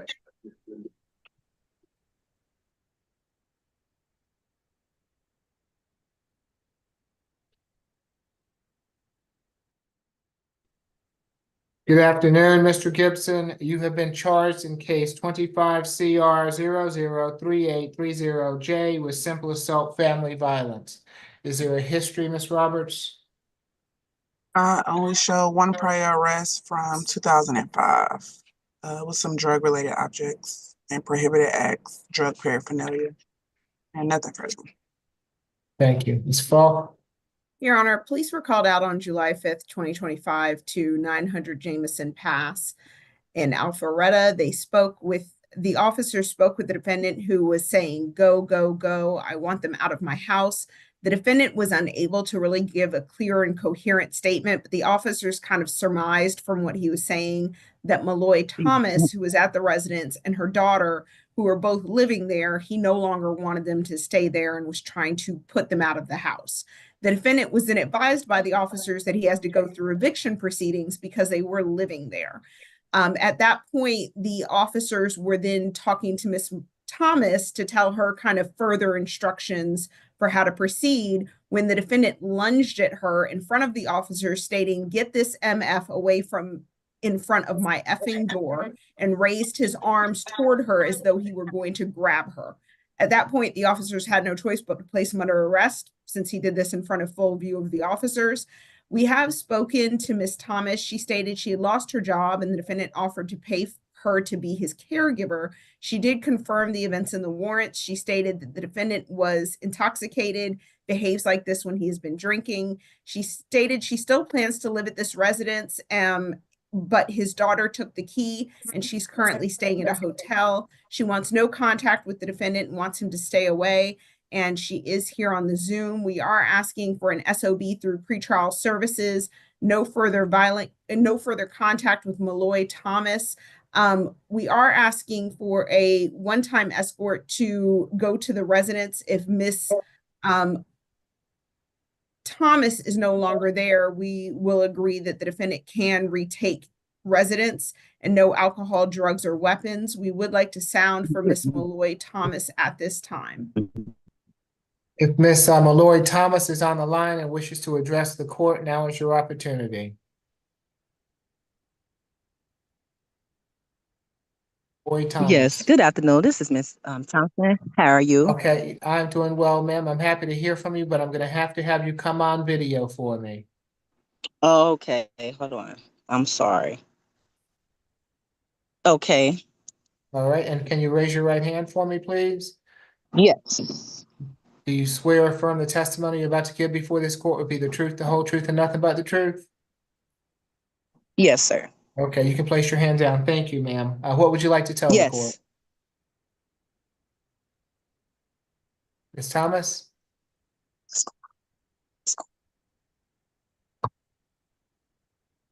Hello?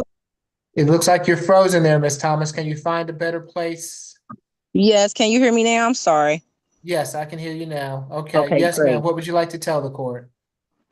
I would like to tell the court that Mr. Gibson, far as he posed to be my fake uncle. I've been knowing Reggie for a while now. I've been living here for the last few months now. He knew I supposed to be leaving like the end of August or whatever. I am a live-in caregiver. My scope of practice is to take care of a person as a client and a friend. Mr. Gibson, he could be a cool guy when he wants to. I make sure he take his blood pressure medicine. He goes to work every day, but he drinks a lot. Can you hear me? Yes, ma'am. He drinks a lot. I was here last week, Monday, Tuesday, Wednesday, Thursday. I told him I'll leave for the weekend. He said his daughter and his son was coming up for the 4th of July. I had already booked the room for me and my daughter, because it's the holiday. And then I didn't want to be around him because he only act like this around the holidays when he like to get overly too intoxicated. When I tried to come back Saturday, he knew I was coming back. I figured when I called his phone, I couldn't even understand what he was saying. He was very slurricious. So when I knocked on the door, he didn't answer. I didn't call the police. When I was here, I heard the police coming. They told me he ended up calling the police saying somebody was banging on his door. I never banged on Mr. Gibson's door. So my thing is, this didn't happen before, Judge, but me being a fake niece and a friend and a live-in caregiver for Mr. Gibson have a mental problem. He have different conditions. My thing is, I can't no longer deal with this no more because the drinking and got too enhanced, and his job know this, and his people that he work with know this. This would have never happened if he wouldn't got too intoxicated. Now I feel for my life because he did do that in front of the police, in front of my daughter. He didn't never try to lunge at me before, but he's very, very a verbal abuser, and he only get mad and get drunk when he's trying to put me out. I take care of Mr. Reggie. He pays me every 2 weeks to take care for him and everything.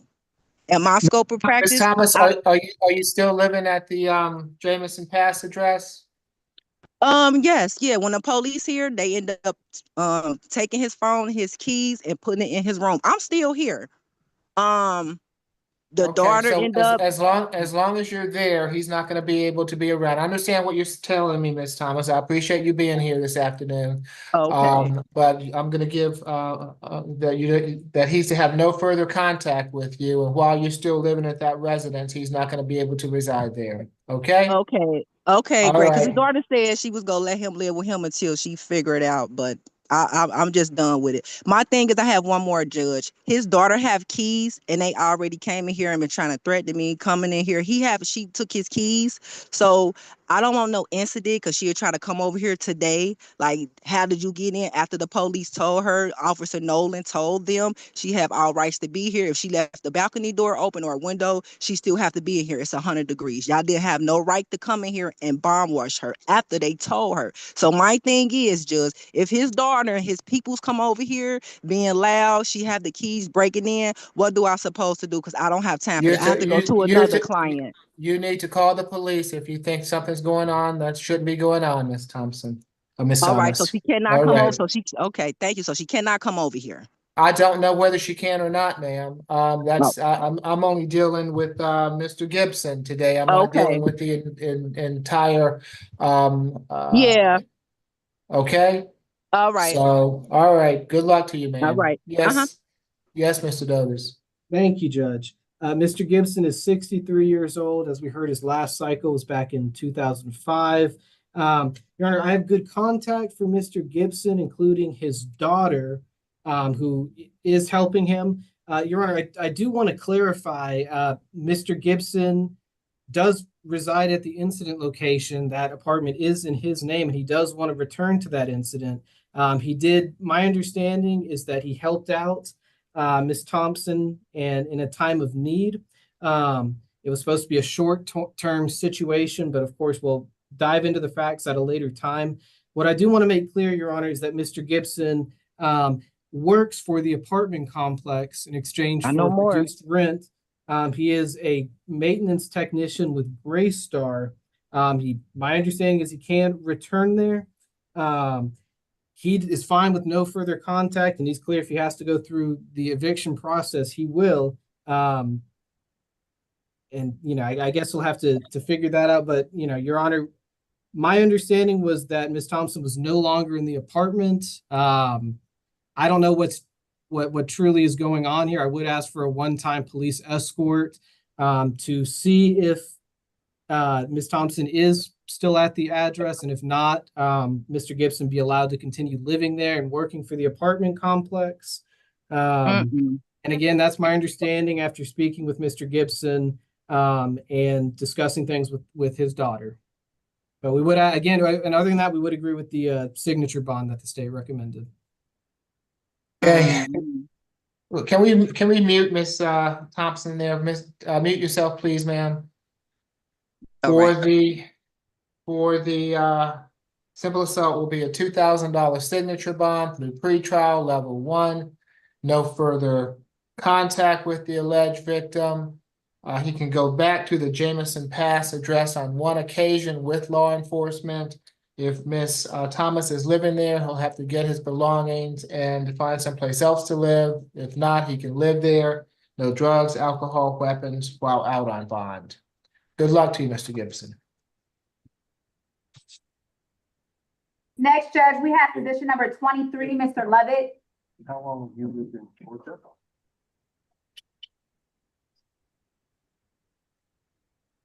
You're in Georgia. You still work at Public Works? How long? Good afternoon, Mr. Levitt. You've been charged in case 25 CR 003828H with criminal trespass. Is there a history, Ms. Roberts? Yes, a total of 66 cycles. Last arrest was from June 9th of this year for criminal trespass. That is an open case. I counted at least 16 criminal trespass convictions from 2019 to 2001.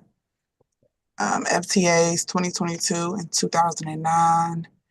A possession and use of drug-related objects conviction 2019. Given false name conviction 2016. Possession of cocaine with intent to distribute 2009 and 2008, and then a robbery conviction in 2005. And nothing further. Do you have the open criminal trespass case number, Ms. Roberts? Give me 1 second, please. I have that, Judge. That is 25 CR 003281H. Thank you. Thank you, Ms. Roberts. Yes, Mr. Sirocco. So this incident took place July 4th of this year at 349 Decatur Street, Southeast Atlanta. Fulton County SG investigator actually was working approved security, secondary employment at that location. While conducting a property check, he saw the defendant who was laying on the ground with 3 open containers of alcohol next to him. There were multiple no trespassing, loitering signs posted there. Very easy to see. The defendant was sleeping there. The investigator, gave him lawful command to wake up, put his hands behind his back, which he didn't do. He started to walk away from the investigator, pulled down his pants and urinated in front of him, and he was then placed in hand restraints. He had previously been given a criminal trespass warning from this same location and was released on a copy of the charges. That was on May 21st of 2025. And that open case that was mentioned previously, that was for criminal trespass and possession and use of drug-related objects from this year, right, as was stated just last month. And that was from the same location. He was given a total $10 cash bond from Judge Williams and was ordered to stay away from 349 Decatur Street, Atlanta. So he is in violation of his bond there. As you heard as well, number of criminal trespass convictions within the past several years. So given the open case and the history here, there is a risk of reoffense. State's recommendation is a $1,000 surety bond, social worker visit for BHET and housing, stay away from 349 Decatur Street, Southeast Atlanta, and no drugs, weapons, or alcohol while on bond. Mr. Dotis? Yes, Judge. Mr. Lovett is 48 years old. The address in Odyssey, he tells me, is correct on Moreland, where he resides with his partner, Miss Harris. He's a lifetime resident of Atlanta. He is a father of 3, a 21-year-old, an 18-year-old, and a 14-year-old, and he does his best to financially provide for the 14-year-old. He last worked for a temp service, and he's hoping to get back into that upon release. Your Honor, moving forward, we had a conversation, and he knows not to return to this location. He tells me he cannot afford any monetary bonds, so we'd be asking for a signature bond. If a surety bond was given, though, I'd ask it to be a monetary bond. I'd ask it to be no more than $1,000 surety bond, so I can reach out to the family, and I'll reach out to a social worker to speak with Mr. Lovett. Okay, it will be $1,000 good bond, social worker visit, stay away from the incident location, no drugs, alcohol, weapons while out on bond. Ms. Bridgewater, did you get the case number for the other case? I did, Your Honor. Okay, so we'll place both those on the SAP calendar in case he doesn't get out. Okay. Thank you. Good luck to you, Mr. Lovett. Judge, I have a quick announcement for Ms. Okay. Tucker. They are ready for Ms. Tucker to join the breakout for the Spanish interpreter in courtroom 1. Okay, you with me, Ms. Tucker? Griggs. Okay. Next, Judge, we have position number 15, Griggs. Ms. Tucker, are you with me?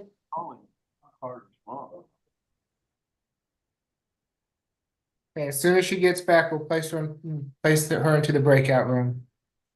Thank you, Judge. Good afternoon, Mr. Griggs. You've been charged in case 25 CR 003833Y with 3 counts of simple battery, family violence, and theft by taking.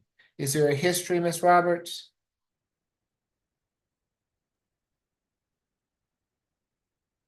Yes, a total of 9 cycles. Last arrest was from June 19th of this year out of Clayton County for a probation violation. 1 FTA from 2024 and a theft by conversion conviction from 2024, and nothing further. Ms. Falk? Yes, Your Honor. This happened July 20th of 2024.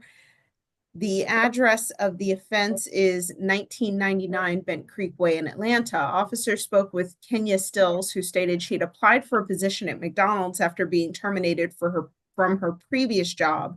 When she returned home, the defendant confronted her, demanding to know where she was coming from. When Ms. Stills tried to walk past the defendant grabbed her by her hair and dragged her into the kitchen. Defendant slapped and punched her in the face. He also dragged her by the hair to her bedroom, where the assault continued. The defendant then left the residence, taking Ms. Stills' phone and apartment keys. Officers did observe that Ms. Stills' shirt was torn at the collar and she was disheveled as though she had been in some sort of altercation. I will let the court know that the defendant was sentenced by Judge Mather on December 16th, 2024, on a previous simple battery family violence that was under 24 CR 001142G. That also involved Miss Kenya Stills. Just to give Your Honor some context, he was sentenced 6 months after this case by Judge Mather, and he was given a sentence of 12 months served 58 days, balanced probated family violence intervention program, 40 hours of community service, and no further contact with Kenya Stills. However, before this incident on July 20th, he was given a bond on March 12th of 2024 by Judge Law for a $3,000 signature bond through pretrial services with domestic violence intervention program enrollment within 30 days, and he could report by phone. So this actually happened after his release on bond, but before he was sentenced on his previous case, which was a violation of his contact order with Ms. Stills when he had contact with her in July. For that reason, we're asking, and for the fact that there has been previous incidents regarding Ms. Stills for which the defendant has pled guilty for, we are asking for a $4,000 surety bond, $1,000 per count, stay away from 1999 Bent Creek Way in Atlanta, no further contact with Kenya Stills, no alcohol, drugs, or weapons. I'm not sure if the defendant has ever completed the FEIP that he was ordered to do both at his bond hearing in March of last year and at his sentencing in December of last year, but we are requesting FEIP if he has not done so already. We would like to sound for Ms. Kenya Stills, and that's all for the state. Okay, so if I've got it, the charges that he's before me on today were pending at the time that he was sentenced in that other case, but they did not, for some reason, pick it up. It appears so, Your Honor. They didn't pick him up on this warrant for whatever reason. I don't know if it's because he had already served his jail time and the warrant, I think the jail time he received by Judge Mather, he had already served. And so they didn't book him back into the jail. So this warrant never triggered. Okay. Well, you think that somebody before recommending would have looked at his history and seen that he had something that was pending. Okay. Apparently not though. Yeah. All right. If Ms. Stills is on the line and wishes to address the court, now is your opportunity.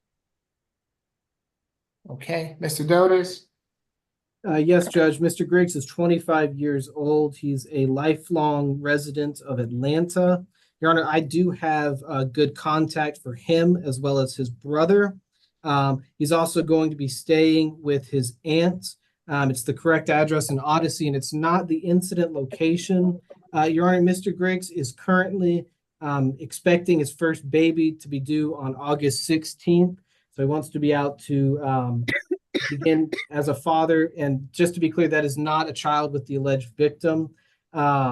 He wants no contact with the alleged victim. After speaking with him, while he refutes a lot of these allegations, he does recognize that this was a very toxic relationship and wants nothing to do with her moving forward. So he's fine with the stay away. He's fine with no further contact.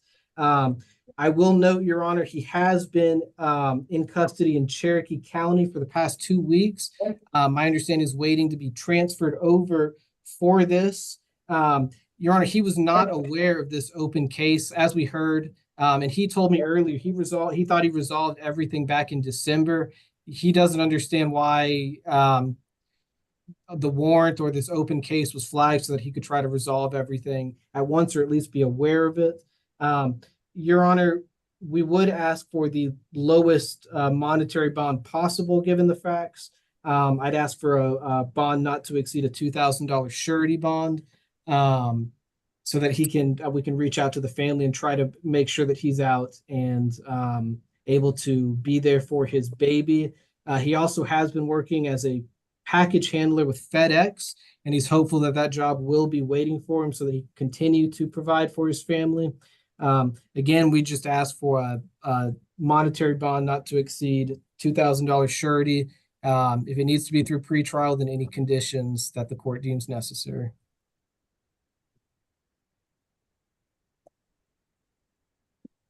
Okay, for each charge will be a $250 good bond. Makes for a total of $1,000 good bond. No further contact with Ms. Stills. Stay away from her residential location. No drugs, alcohol, weapons while out on bond. Good luck to you, Mr. Griggs.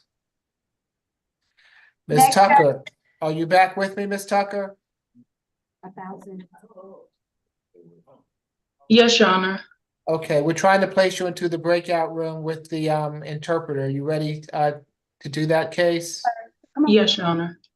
Okay, so if we can place Ms. Tucker, courtroom 1, and Madam Interpreter into breakout room, please. Next, Judge, I have position number 22, Mr. Johns.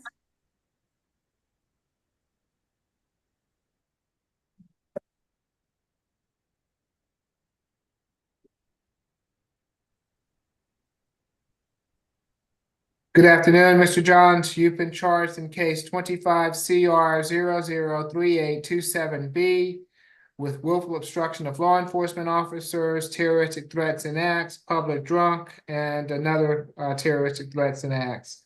Is there a history? I show 9 cycles out of Washington State, with the last being from 2018 for 2 counts of assault. That was a conviction. And then 2 DUI convictions out of Washington, 2008 and 2000. And a domestic violence conviction in 2000 out of Washington. And nothing further. Thank you. Mr. Sirocco? Thank you, Judge. This incident took place. It was from July 5th into the 6th of this year at 5465 Windward Parkway in Alpharetta. It's the Sonesta Suites. Law enforcement responded to a disturbance call there, and upon arrival spoke with staff at the front desk, who advised that there was an intoxicated male banging on the door to the lobby, and they wanted him to leave because he was making them feel unsafe.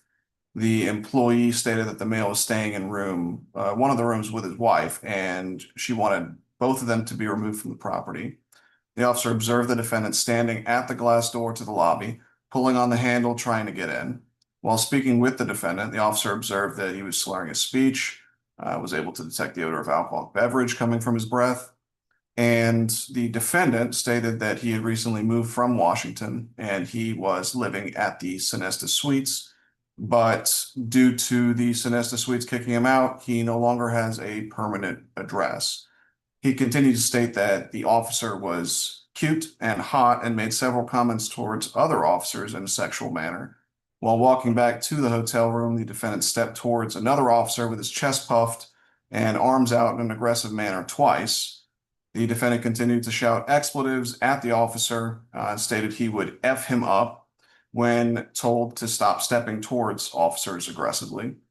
Another officer was able to make contact with the defendant's wife, Miss Deborah Johns, and ultimately the defendant was instructed multiple times to pack his things so he could leave, but he continued to refuse and tried to close the door on the officers. At one point, even the defendant stepped toward another officer in a threatening manner, pointing his finger in their face and telling him to get the F out of here. Officers told the defendant pack his things or he's going to jail, but he continued to refuse and stepped towards the officers aggressively again. Another officer grabbed the defendant's hands to place him under arrest and pressed him up against a wall, but the defendant fell into the hallway and to the ground with the officers. So this continued for quite some time. The defendant was placed in the back of the patrol vehicle, and was transported to North Fulton Hospital for medical clearance. And while at the hospital there, the defendant began making comments to the officer, including, "I would love to F your brain," and I'll skull F you. The defendant pointed at the officer and told also one of the nurses, "I would love to skull F that bitch." This sort of behavior is concerning. The state's recommendation for this case is on the terroristic threats and acts, $2,000 surety each, and for the willful obstruction of the public drunk, 500 surety each, for a total of $3,000 surety for him to complete ADET, 2-day anger awareness, stay away from 5465 Windward Parkway, which is again the Sonesta Suites in Alpharetta, and also to stay away from North Fulton Hospital unless receiving medical treatment. And I will get that address shortly. No drugs, weapons, or alcohol while out on bond. Mr. Dotis? Yes, Your Honor. I did speak with Mr. Johns. I do have good contact for him as well as his wife and mother. As stated, Your Honor, he was staying at the Windward temporarily after moving from Washington State. He's tried to make a go of it with a new career where he's been working for ACG, where he's been helping refurbish functioning ATM machines. Before that, he was working for a family business in Washington State. Your Honor, right now I believe he may be headed back to Washington State to be with family. He's clear that he needs to update his address upon that time. Again, I'd note that we heard that he's had no failure to appears. He's clear that he needs to keep the court updated on his whereabouts and that he needs to show up for court and stay in contact with his attorneys. Your Honor, at this point in time, we would ask instead of the surety bond that it be a signature bond with any conditions, including no alcohol, drugs, weapons that the court deems appropriate to keep the community safe. And for clarification on that hospital address, that's 3000 Hospital Boulevard in Roswell.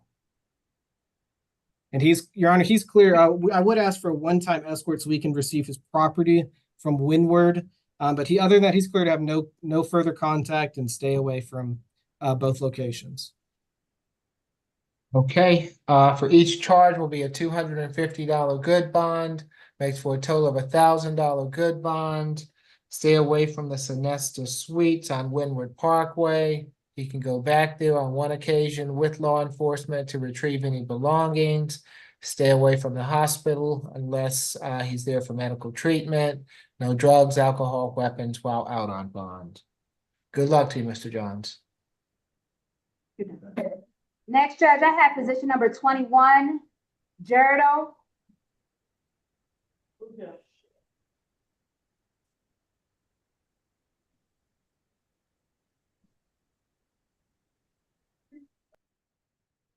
Good afternoon, Mr. Geraldo. You have been charged in case 25 CR 003788B with battery, family violence, and cruelty to children in the 3rd degree. Is there a history, Ms. Roberts? 2 cycles. Last arrest was from February of this year for child abandonment and nothing further. Who's presenting for the state?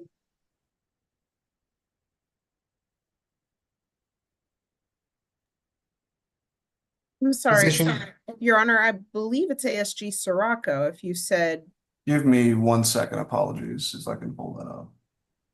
Okay, thank you. Mm-hmm.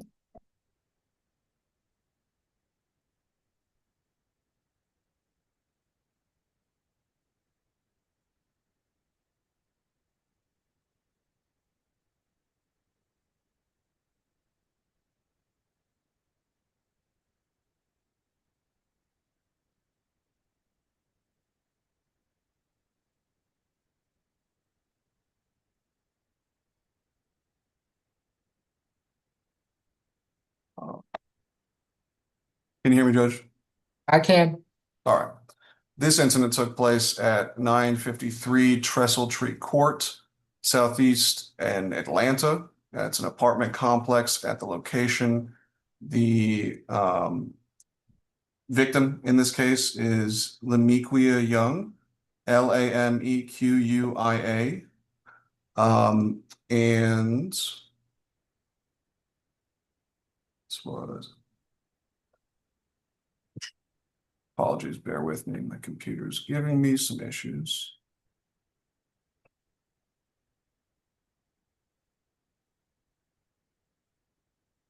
Law enforcement was dispatched with respect to possible injury there at the location. The call advised that there was a child calling 911 reporting that parents were fighting. And when the officer arrived on scene, he could hear arguing from the apartment, knocked on the door, and the defendant answered the door. Officer spoke with Miss Young, who explained that she and the defendant live together at the location, and he is the father of her child, juvenile KY, who called 911. Miss Young explained that she and the defendant were fighting. She could not remember who started the argument.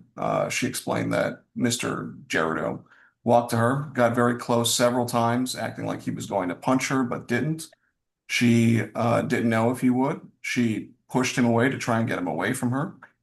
And at that point, the defendant then pushed her backwards onto a bed, getting on top of her and striking her several times in the face with a closed fist.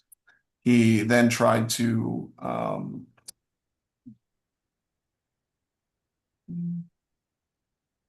she then tried to fight him off and was able to ultimately break free. The daughter called 911 here. There was visible bruising and swelling to her upper right cheek that the officer observed, and no other injuries were reported, it appears. Miss a juvenile KY, 8 years old at the time, confirmed that she saw Mr. Geraldo on top of her mother on the bed attacking her, and that's why she called 911. The defendant stated to police that they were arguing and she was disrespecting him. He went up to her to try and get her to stop talking and stated that he did raise his arm up to threaten her and make her think he was going to hit her, but then states that he didn't, that she then pushed him backwards, and that the altercation apparently ended there. Nothing else happened. Clearly, that's not the case from the injuries observed. And then defendant was taken into custody. And respect to, I don't believe we've had victim contact here, Judge. Oh, we actually, no, we were able to. This was from 2 days ago. We were able to speak, I believe this case came up previously. The two are in a relationship. They live together at the incident location. She explained they share one child and that the victim is currently 6 months pregnant with the defendant's child. She confirmed the events in the warrant and stated that she sustained a bruise on her face and that her face is swollen. She explained that this is not the first time the defendant's been violent towards her and not the first time he's been arrested for violence against her. She stated that the last time this happened, he was taken to city jail and stated that she is not in fear of the defendant, is okay with having no violent contact. However, she stated that she wants the defendant to stay away from the residence. Given this concern here, stay away, but somehow no further violent contact, she's clearly concerned for her own safety and that she doesn't want him in her personal space, in that space. So we would be asking for a stay away, as well as no further contact. And with respect to this case as a whole, the state's recommendation is a $3,000 surety on account of the previous violent arrest of the defendant. There is a risk of reoffense here in that this is not the first time something like this has happened.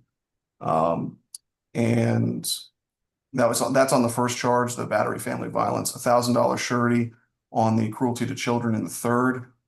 And that would be for a total of $4,000 surety. Stay away from, it is 953 Trestle Tree Court in Southeast. And I believe that is, yeah, that is Atlanta. And for him to complete FIP, no further contact as stated, stay away as stated, and no drugs, weapons, or alcohol while out on bond. We would like to sound for the victim at this time. And that is all for the state. Ms. Young is on the line and wishes to address the court. Now is your opportunity. Doesn't appear so. Mr. Dotis? Yes, Judge. Mr. Geraldo is 25 years old. Regarding the Atlanta cycle, my understanding is that was just an arrest it is not a conviction. Your Honor, I have good contact for my client. He's resided in the Atlanta area for the past few years. Before that, he resided in Florida before coming up with his mother. So he doesn't have much family besides his family with the alleged victim. His mom passed away last year. His dad passed away earlier this year. And of course, we send our condolences. If Mr. Geraldo cannot return to the incident location, he does have a friend to stay with, a Mr. Tracy in Riverdale, Georgia. He didn't know the exact address, but he does know that if a stay away is given, that he needs to update his address first thing with the court so that he's at every court appearance and has notice of that moving forward. Your Honor, he is a father of 2 5-year-old twins that he financially provides for, not with the alleged victim. He does share a 7-month-old as well as one on the way with the alleged victim. And he, of course, wants to be the father that those children, his family deserves him to be. Your Honor, he was last in school with Tri-City High School, and he's currently working to get his GED. He's also working at a car wash on Moreland to provide for his family. We do refute the allegations. I did have an opportunity to speak with Miss Young. She indicated that earlier today, she indicated she was not in fear and that she wanted to continue living with Mr. Geraldo while they wait for their son. But when I spoke with Mr. Geraldo, we were clear that I think a cooling off period would be appropriate at this time.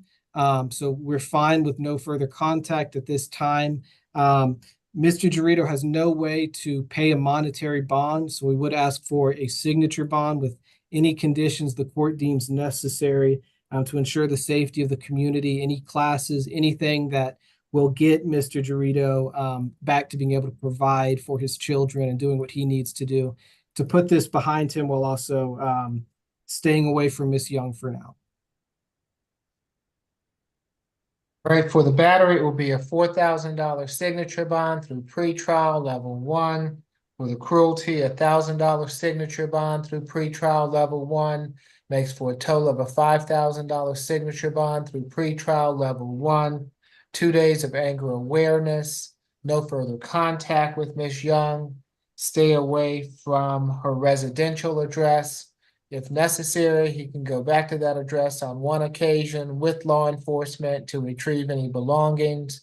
No drugs, alcohol, weapons while out on bond. Good luck to you, sir. And remember, Mr. Geraldo, update your address as soon as you get it, okay? Thank you, Judge. Welcome. Next, Judge, I have position number 17, Mr. Harris.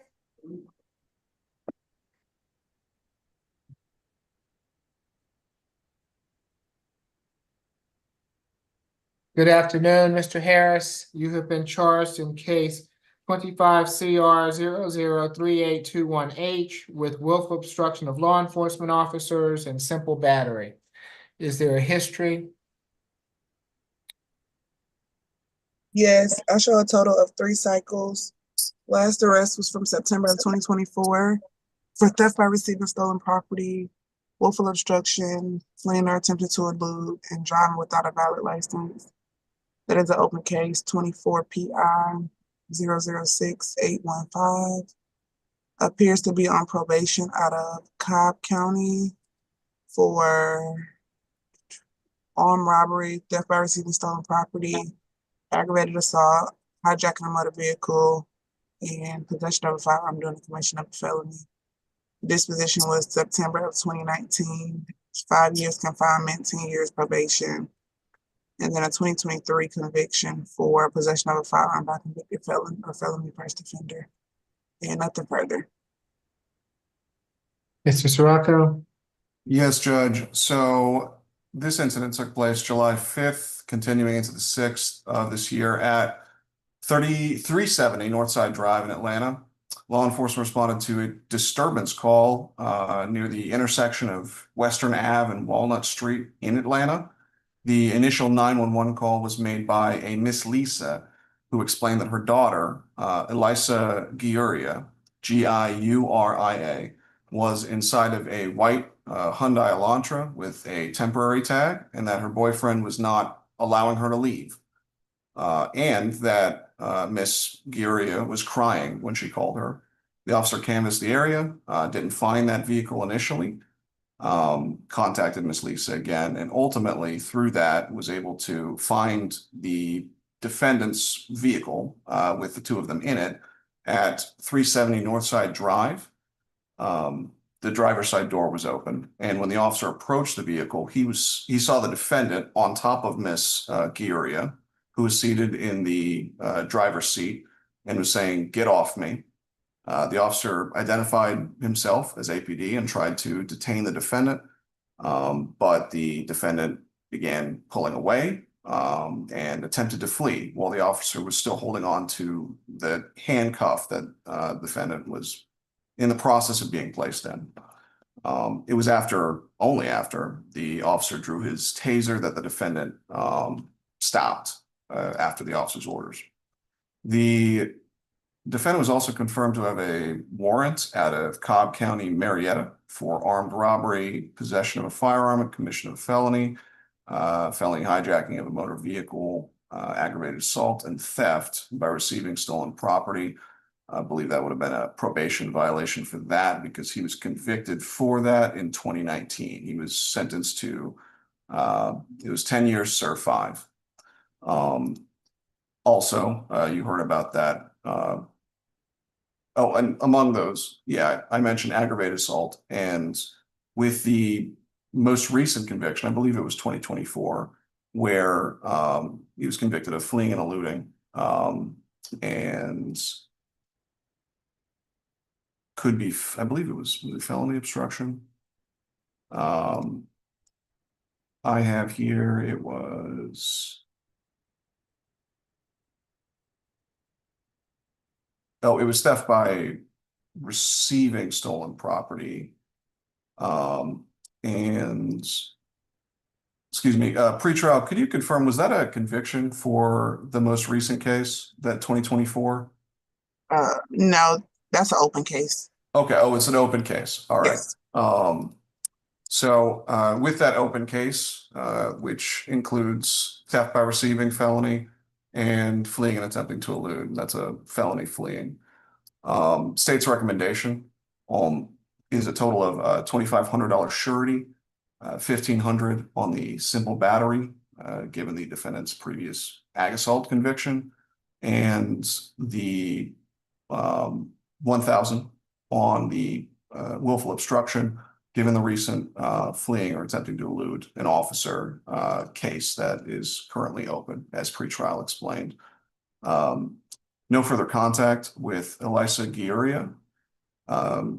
We would be asking for him to complete 2-day anger awareness, to just as well have no drugs, weapons, or alcohol while out on bond. And we would be asking the court sound for Miss Giuria. We haven't been able to reach her yet, but we will continue those efforts.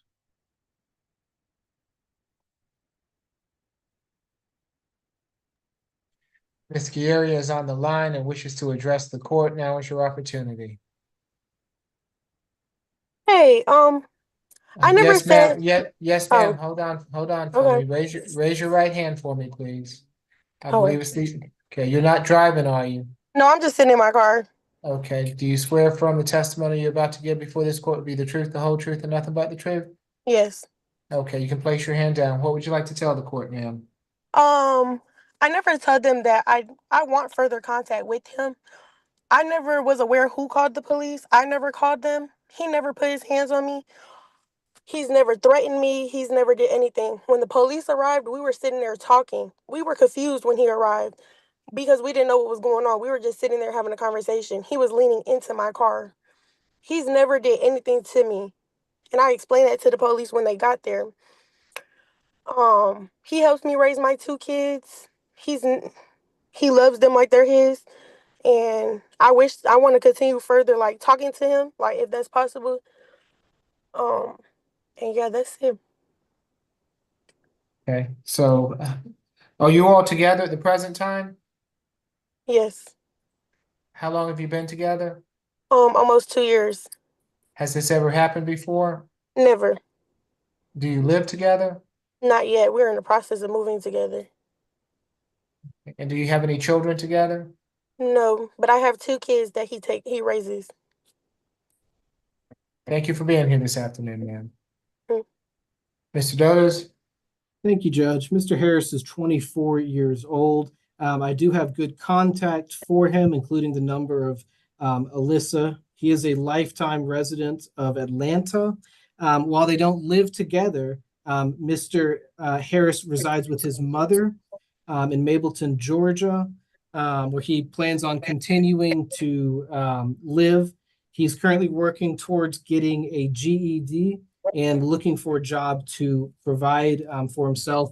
Your Honor, we just heard from the alleged victim, and I will note the warrant is clear that she stated and is stating today that she did not have any injuries sustained, nor did she make any statements of being assaulted or battered.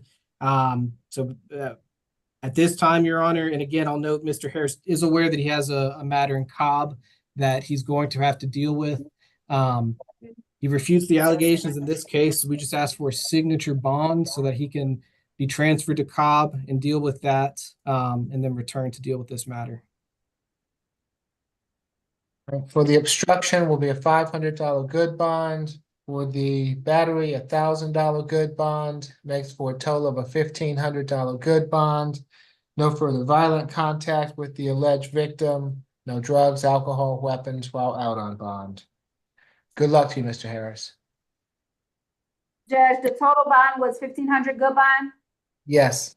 Thank you. And if I could briefly, Your Honor, I just want to check with courtroom 2. Is there anyone else that I need to interview or speak with, or is that all of mine? I was just getting ready to tell you, Mr. Gold, you're actually completed here. Also for Miss Maiden, position number 24, I did ask Mr. McLean to interview your female, so that's taken care of. So you're completed for the day. Thank you so much for all your help, Mr. Dotis. Thank you. And Your Honor, may I be excused? Yes, thank you. Thank you, Judge. Next, Judge, we have position number, before, let me make a quick announcement for position number 16. It's going to be a medical reset. Okay, that's Grigsby, medical reset. That is correct, Judge. And that's 7-9. Okay. Your Honor, just to let you know, this is the second medical reset on this case. It was reset on Saturday as well. Okay. Who do we have next? Also, Judge, we have the Spanish interpreter case, that's position number 33, and I have a quick announcement for ACDC. We can go ahead and start doing 1-and-1, Ms. Milton, after the Spanish interpreter case. Mr. Suarez? And just to ask, courtroom 2, is there a Spanish interpreter also needed on position 8? That is correct. Okay, thank you.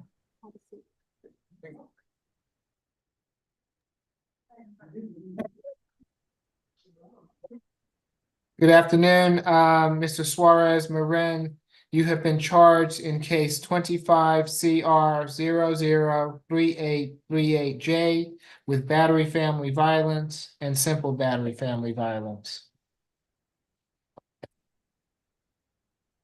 You're on mute, Madam Interpreter.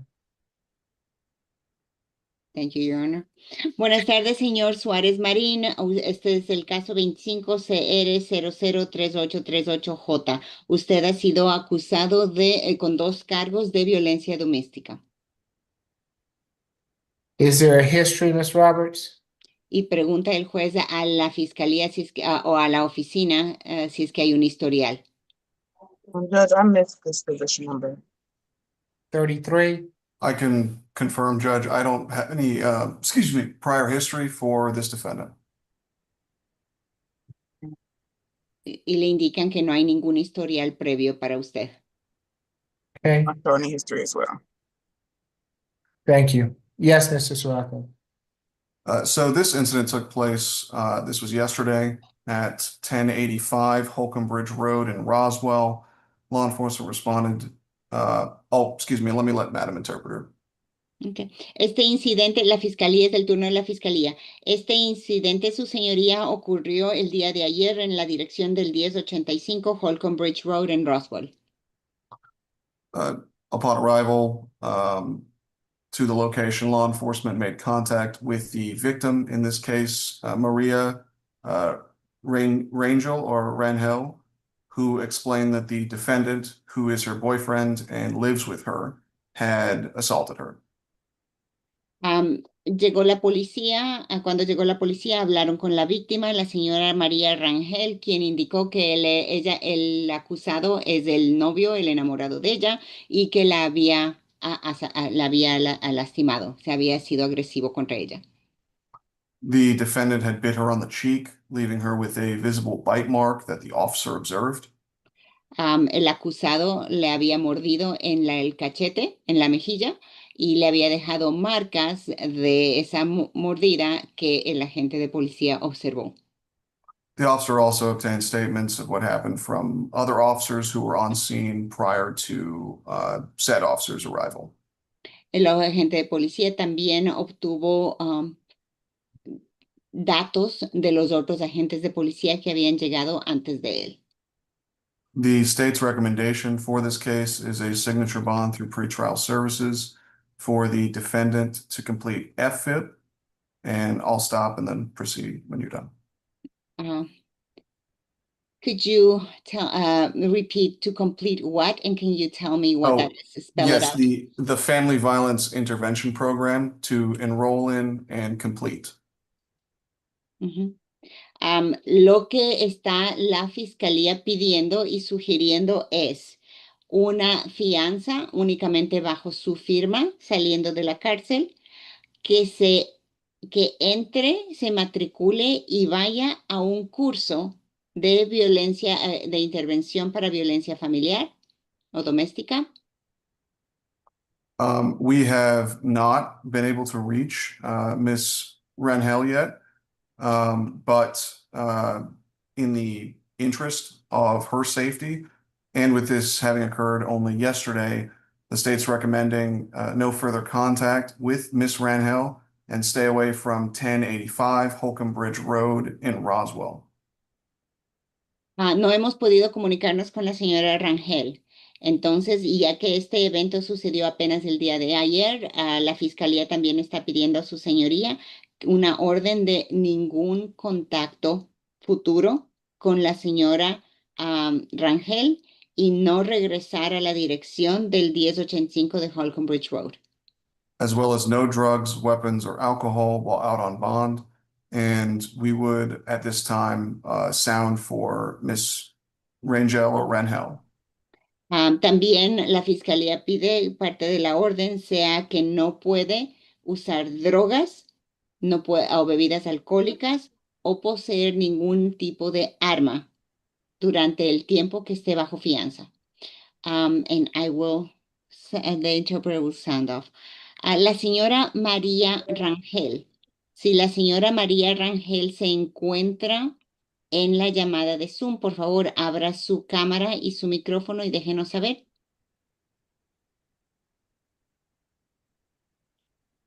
Does not appear that she's with us. Mr. McLean? Ok, no parece que ella está aquí con nosotros el día de hoy, entonces ahora es turno del abogado defensor, señor McLean. Thank you, Your Honor. He is 30 and we have no objection to the signature bond. The address of the incident alleged, I believe what might have been a typo or a mistake in the initial paragraph in the affidavit for arrest, so it is clear that it did not happen at their home. Y su abogado dice que el acusado tiene 30 años de edad, que no se opone a una fianza bajo su firma y que el lugar donde supuestamente ocurrió esto parece no haber sido la casa. If there was an incident. So, he understands about getting hold of the clerk and keeping up with his court dates. We went into great detail about that, Your Honor. Él entiende, el acusado entiende el hecho de que tiene la responsabilidad de él de saber cuándo es la fecha de su corte siguiente. Nothing further. Y eso es todo. For the battery will be a $2,000 signature bond through pretrial level 1. For the simple battery, a $1,000 signature bond through pretrial level 1 makes for a total of a $3,000 signature bond through pretrial level 1. Por la primera acusación de violencia doméstica es una fianza bajo su firma de $2,000 por medio de la cárcel, o sea, de la oficina anterior a los juicios, nivel número 1. Y por el siguiente cargo de violencia simple es una fianza de $1,000, con un total de $3,000 de fianza bajo su firma únicamente. No further contact with the alleged victim. Stay away from her residential address. If necessary, he can go back to that address on one occasion with law enforcement to retrieve any belongings. La orden judicial incluye ningún contacto en absoluto con la víctima en este caso. También incluye una orden de permanecer lejos de la residencia de la víctima en este caso, con la excepción de una sola visita que sea hecha con un policía o con alguien judicial de la ley para sacar sus cosas, sus pertenencias. No drugs, alcohol, or weapons while out on bond. Y mientras está bajo fianza, no uso de drogas, alcohol o ningún tipo de arma. Good luck to you, sir. Buena suerte, señor. Thank you. Okay, who do we have next? Number 8, Mr. Carasos.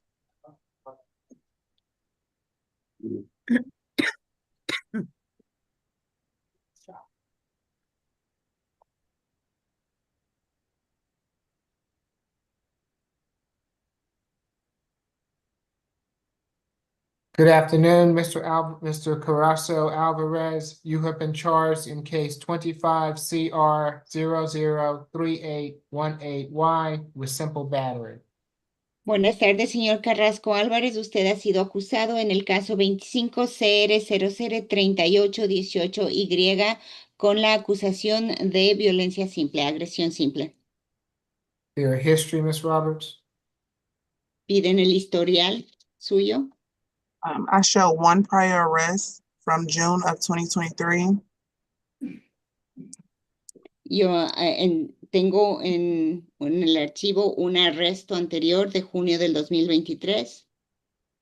It was for simple assault and entering auto, and it ended up being a disorderly conduct conviction in 2024. Empezó siendo una agresión simple y entrar a un automóvil y terminó siendo en el 2024 la acusación fue bajada a, I'm sorry, can you tell me again what did it end up being as? A disorderly conduct conviction, disorderly conduct.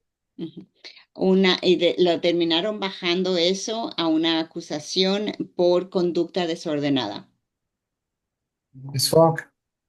Yes, Your Honor. This incident happened July 5th at the intersection of Lindbergh Way and Piedmont Road.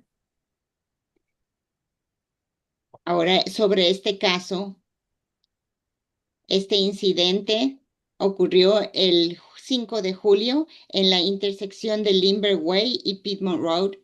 Sarah Hancock was walking by the intersection from the MARTA station when she saw the defendant approach her and hold out his right hand as though to greet her. La señora Sarah Hancock estaba saliendo de la estación, estaba en la intersección cuando vio que el señor se acercaba hacia ella con la mano derecha como que le iba a saludar, extendiendo la mano derecha como que le iba a saludar. The defendant then grabbed Mrs. Hancock by her face with both hands and aggressively kissed her on her mouth multiple times. De ahí, el acusado agredió y agarró a la señora Hancock con ambas manos en su cara y la besó en contra de su voluntad múltiples veces. Miss Hancock had to push the defendant away and called the police, who then observed the defendant in down the road. A show-up was conducted, and Miss Hancock identified him as the defendant. La señora Hancock lo empujó, se cayó y llamó a la policía. Cuando llegó la policía, les dijo lo que había pasado. La policía lo encontró después en un poco lejos, o sea, no en el mismo lugar, un poco retirado del lugar, y ella pudo identificarle al acusado. The defendant stated he is in the United States and needs someone to be with. El acusado indicó que él está en los Estados Unidos y necesita a alguien con quien estar. We did have a speak with Miss Hancock. She says she doesn't know the defendant. She was walking to work and the defendant approached her and then assaulted her. Nosotros sí hablamos con la víctima, la señora Hancock, quien indica que ella no le conoce al acusado y que ella estaba caminando hacia su trabajo cuando el acusado vino y la agredió y la asaltó. Ms. Hancock states she works at 2135 Piedmont Road, which is the Goodwill, near that incident location where this incident happened. La señora Hancock indicó que ella trabaja en el 2135 de Piedmont Road, lo que es una tienda de Goodwill que es cerca de donde ocurrió este suceso. She further stated she wants no contact with the defendant and wants him to stay away. And she did say she will be here on the Zoom, and I do see her on the Zoom if she would like to speak.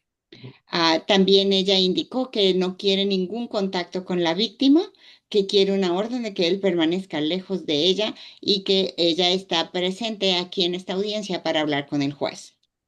We are requesting a $2,000 surety bond, stay away from 2135 Piedmont Road, which is the Goodwill at that location, at least 200 yards, no further contact with Sarah Hancock, and no alcohol, drugs, or weapons. Lo que nosotros estamos pidiendo es una fianza asegurada por $2,000, una orden de permanecer lejos, siquiera 200 yardas lejos del Goodwill en la calle Piedmont Road, que la dirección es 2135 de Piedmont Road. Ningún contacto con la señora Sarah Hancock y no drogas, no alcohol ni armas durante el tiempo que esté bajo fianza. We are concerned about the fact that the defendant had a conviction within the last year and now has assaulted a female without her consent. Estamos preocupados de que él le encontraron culpable de un delito hace un año y ahora ha agredido a una mujer sin ni siquiera conocerla. State sounds for Miss Sarah Hancock. That's all for the state.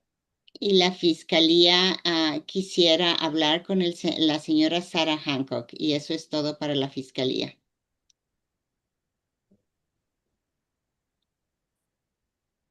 Your Honor. Thank you.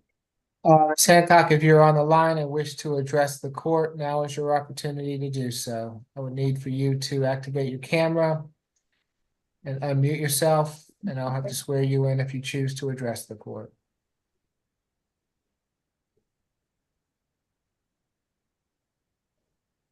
It appears that Ms. Hancock is with us and chooses not to address the court at this time. Y Yeah. el juez le pide a la señora Hancock, que se encuentra aquí presente, que abra su cámara, pero ella ha escogido mejor no presentarse ni hablar en frente del juez. Ms. Tucker?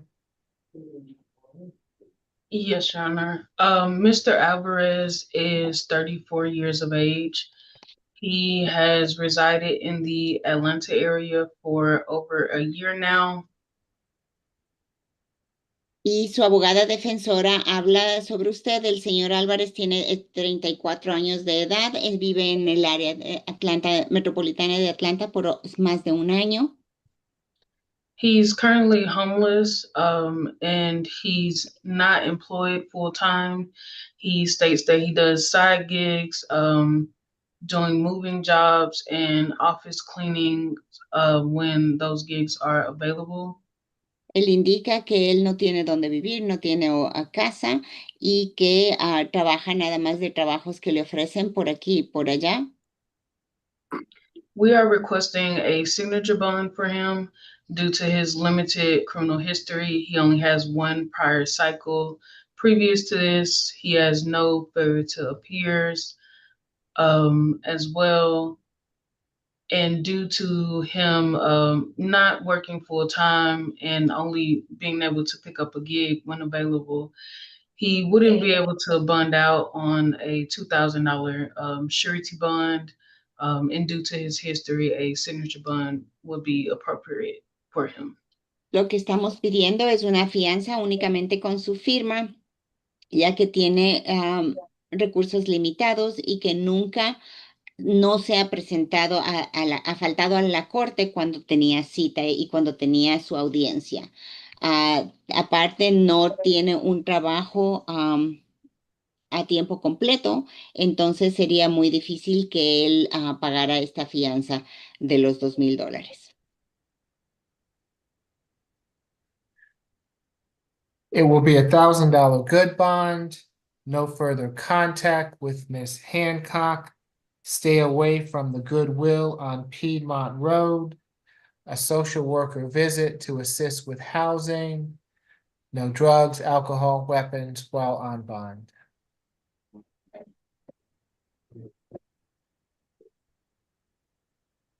La orden del juez es una fianza asegurada de $1,000, no contacto, ningún contacto con la señora Sarah Hancock, permanecer lejos de la dirección del 2135 Piedmont Road del Goodwill, una visita con una trabajadora social o un trabajador social para ver dónde puede lograr vivir, y nada de drogas, alcohol o ningún arma mientras está bajo fianza antes de la corte de la fecha de su próxima audiencia. Good luck to you, sir. Buena suerte, señor.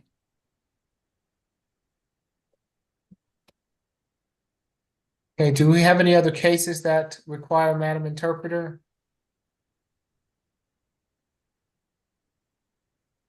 No, sir. No? Those are the only two today? I believe so, Your Honor. Okay. May I be Thank you. excused, Your Honor? Yes, thank you so much. I appreciate it. We'll see you next time. See you next time, Your Honor. Have a good afternoon. You the same. Who do we have next? Position number 5, Ms. Brooks. Good afternoon, Your Honor. Good afternoon, Officer Milton. And let me address the ladies that are there at ACDC. Good afternoon. I'm Judge Eric Morrow. This is the state expedited accusation calendar that we're conducting by video. You have a right to remain silent. Anything you say can be used against you. You have a right to have an attorney present at these proceedings. If you do not have a private attorney, we're providing you with the assistance of a public defender this afternoon if you choose to utilize their service. Ms. Brooks, you have been charged in case 25 CR 003815C with loitering and prowling and giving false information to law enforcement. Is there a history, Ms. Roberts? Yes, a total of 19 cycles Last arrest was March 26th of 2024 for FTA. Has 2 FTAs in 2018 and 1 FTA in 2010. Appears to be on probation for out of Cobb County for possession of cocaine and a tag-like violation. The disposition was December of 2024, 24 months probation. And then a 2010 conviction for giving false name, willful obstruction, and possession of marijuana less than an ounce. And nothing further. Spall. Yes, Your Honor. This happened July 5th at 1720 Vesta Avenue, which is Taqueria Don Sigue, at 8:15 a.m. Officers spoke with the defendant, who was standing outside the business, which was closed. She claimed she was just cleaning up around the location. The officers asked her for her name and date of birth. She gave the name Jocelyn Williams and the date of birth November 7th of 1992. That came back with no return on the NCIC. She then gave a different date of birth of 11/7/1987. That also came back with no return. The officers did place her under custody for loitering and prowling. At the jail, the fingerprint machine did show her correct name and date of birth. As you've heard, she has a foreign hold from Cobb County, FTAs from 2008, 2010, 2 from 2018, and 1 from 2024, which gives us concern that, plus the fact she used a false name, that she may not return to court. She has currently a $600 preset surety bond on the giving false name. We're asking that the bond be reduced to $500 and be split between both charges, $250 each, with a stay away from 1720 Vesta Avenue, which is the Taqueria Don Sigue. No alcohol, drugs, or weapons. That's all for the state.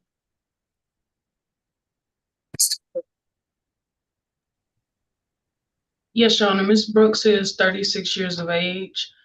She's resided, she's an Atlanta native.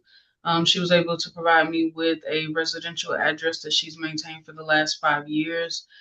She's currently not employed full-time. She does side gigs, cleaning houses. She is the primary caregiver for her 2 children, who are ages 5 and 8 years old. This incident, as told by the state, it occurred at 8:15 a.m. Ms. Brooks maintains that she was committing no crime. She was just in the area and cleaning around that block. We are requesting a signature bond on her behalf. She, as I stated, is not employed full-time and is a mother of 2. So she is trying to urgently get out of jail to return home to her children, who are currently with her sister. She has no objections to staying away from the incident location. So we are requesting a signature bond for her at this time.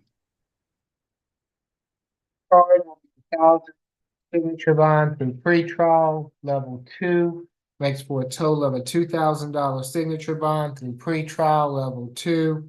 Stay away from the incident location. No drugs, alcohol, weapons while out on bond. Good luck to you, Ms. Brooks. We got number 27, Mr. Nillis. Thank you. 27, I'm sorry. Okay. Your Honor, in this case, we just got off the phone with a conference call with the bonding company and his father, and they say they have made the bond, and they named the phone number that's in the Fulton Sheriff's Department, the bonding department, that I believe is at 185 Central on the 9th floor. So our record room, I was asking, has this bond been made yet? So the bonding company says yes. I don't know what our record room here in this building thinks, but the bonding company says there's no problems and the bond has been made. Just thought I'd let Your Honor know that. We're ready. Okay, what was it? Do you know what the bond was, Mr.? It was already set at 5,000. I noticed that this morning, and he says, yes, I know it's 5,000. Dad has already paid it. And that was the dad I was speaking with Second Chance Bonding Company in a conference call. Okay. For the court, we have amended one of the charges and added another. It should be 2 charges for disorderly conduct. Yeah, we probably ought to take care of it just to make sure. Thank you. Okay, all right, so, Your Honor, may I interrupt you briefly? What position are we talking about? position 27. Okay, thank you. You're welcome. Good afternoon, Mr. Nillis. You have been charged in case 25 CR 003832E with 2 counts of disorderly conduct. Is there a history, Ms. Roberts?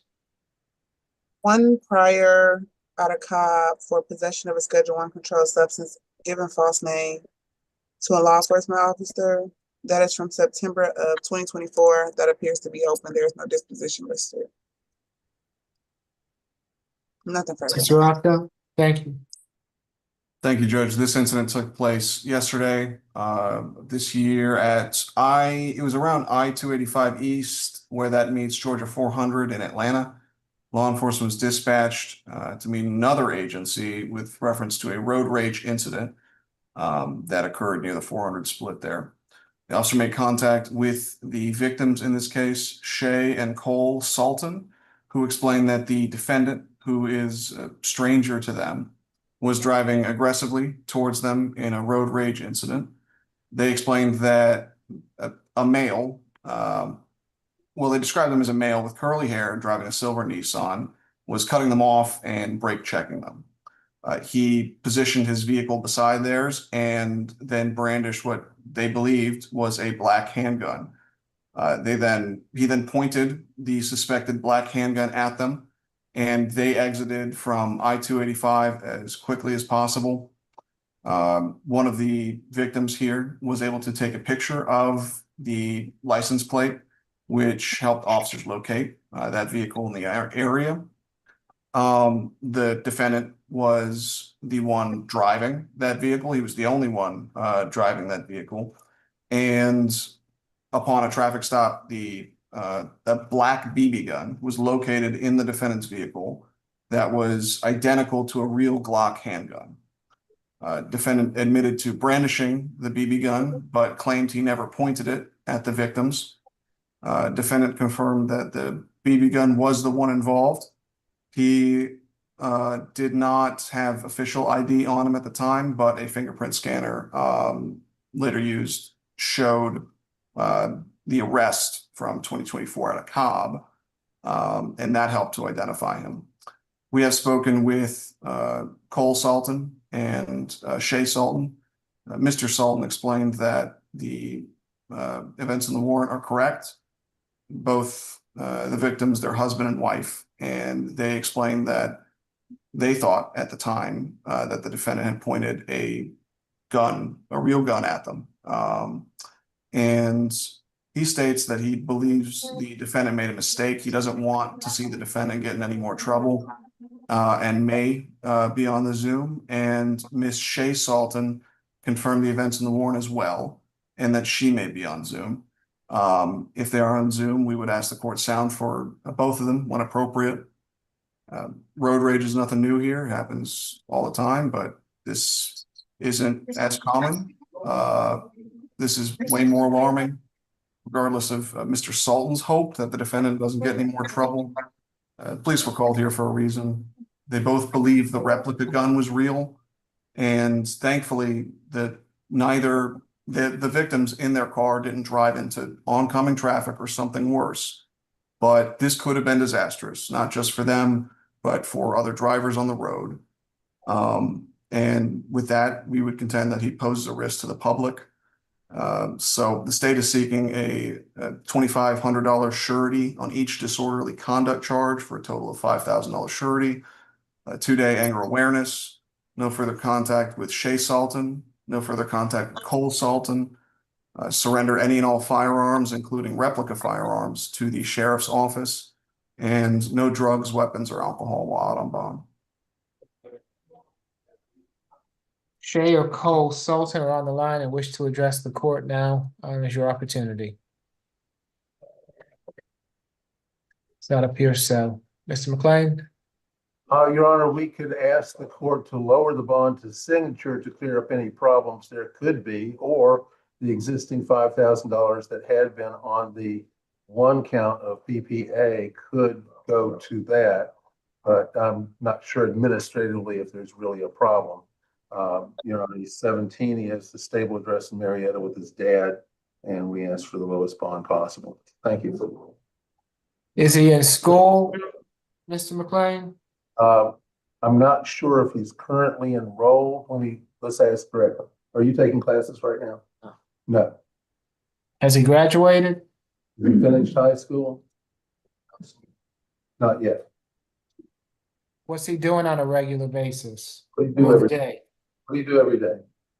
Work where? Where?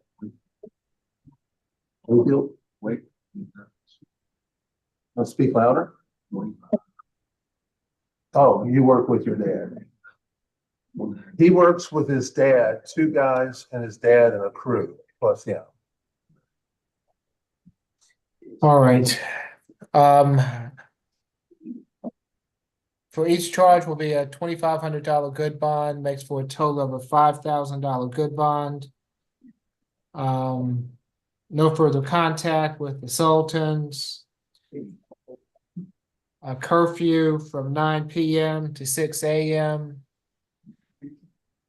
No drugs, alcohol, weapons while out on bond. And surrender any firearms that he presently has. Good luck to you, sir.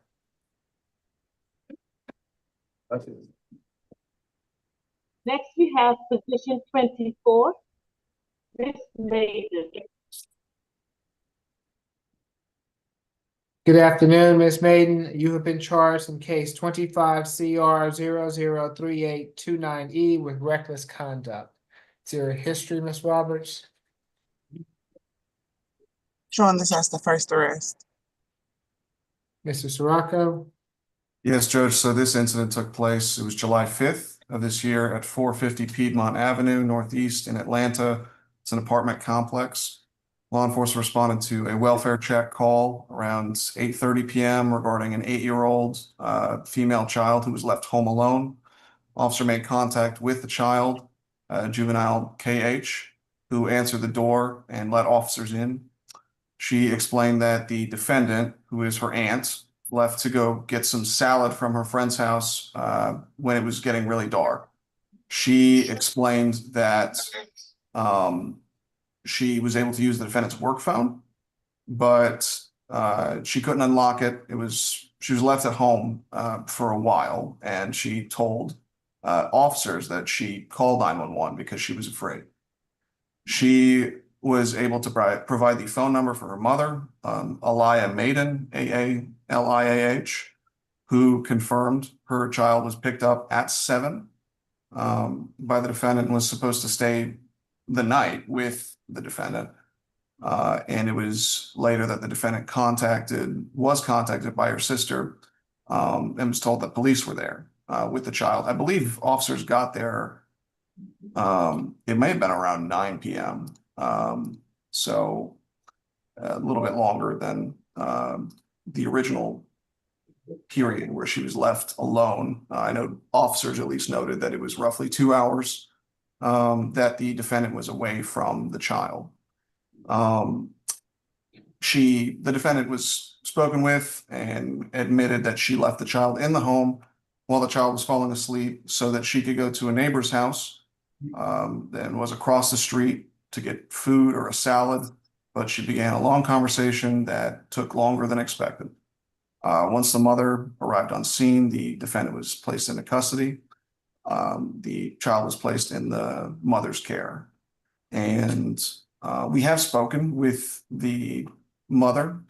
As stated, the victim is 8 years old. She stated that she does not understand why the defendant was arrested and stated that the defendant always watches her daughter and that her daughter is, despite being 8, capable of staying at home by herself.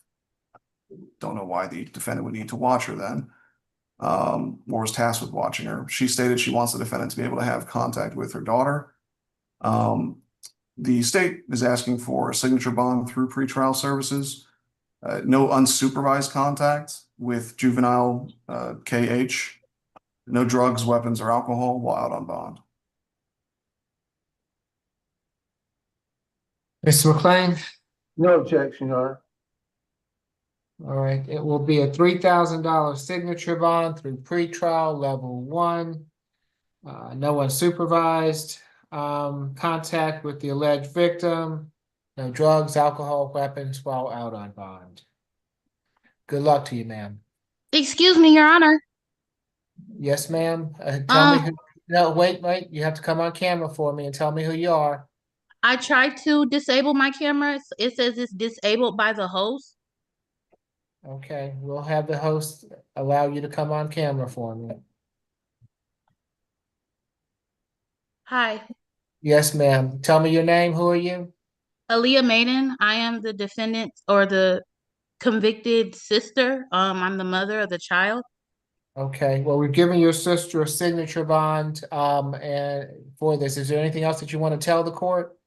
Yes, Okay, well, just know that I'm happy to hear what you have to say this afternoon, but this isn't an adjudication of what's going on. You'll be able to speak on that later, later in the process if you choose to. But if you want to speak today, then you'll have to raise your right hand for me.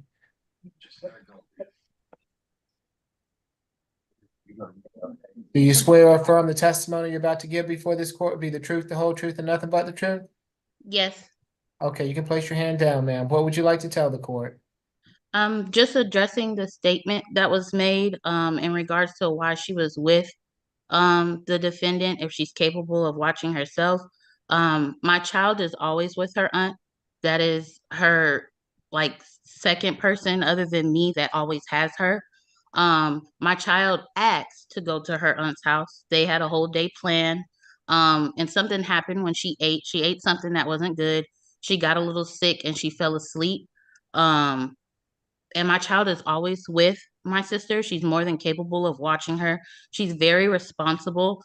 It was a misunderstanding, and my child was just I don't know what the word you would use for it for, but my child was not unsafe. She was perfectly fine. Her tablet was taken from her because she has been on punishment. So she might have blew the things out of proportion and was a bit exaggerating in the way she acted because she doesn't have her tablet to call how she normally does. My sister's phone was locked, so the only number she could call was 911. In the event that it was unlocked, she would have just called my sister or myself. And that's all I have to say is that she is always with her. She's not in any harm's way when she's with her. And my sister is more than capable of watching both my children because I have two. And she always has. She has been with my sister since she's been born. And this has never happened or occurred before. Okay. Well, at this point in time, ma'am, she can, there will be no unsupervised visitation until contact until this is resolved. Thank you for being here this afternoon. All right. Yes, who do we have next? Number 32, Ms. Shivers.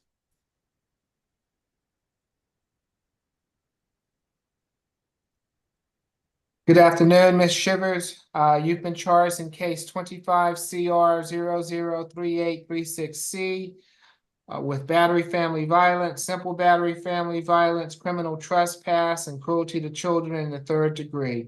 Is there a history, Ms. Roberts? Okay. Yes, a total of 25 cycles. Last arrest was October of 21 for battery. A 2018, 2017, 2014, and 2011 FTA. 2018 conviction for driving while license suspended or revoked. 2017 conviction for possession and use of drug-related objects. 2016 DUI conviction, and 2006 disorderly conduct conviction, and nothing further. Mr. Sirocco?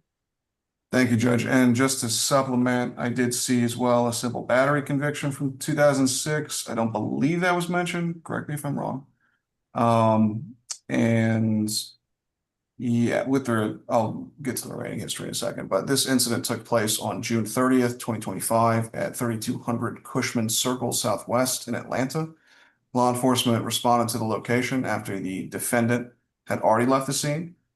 So hence the delayed arrest here. The officer made contact with the victim, Quintavious Griggs, not to be confused with a defendant also on this calendar today. He explained that the defendant, who is his live-in girlfriend of 9 years, had gotten upset with him because he wouldn't leave his mother's home and go with her when she wanted him to.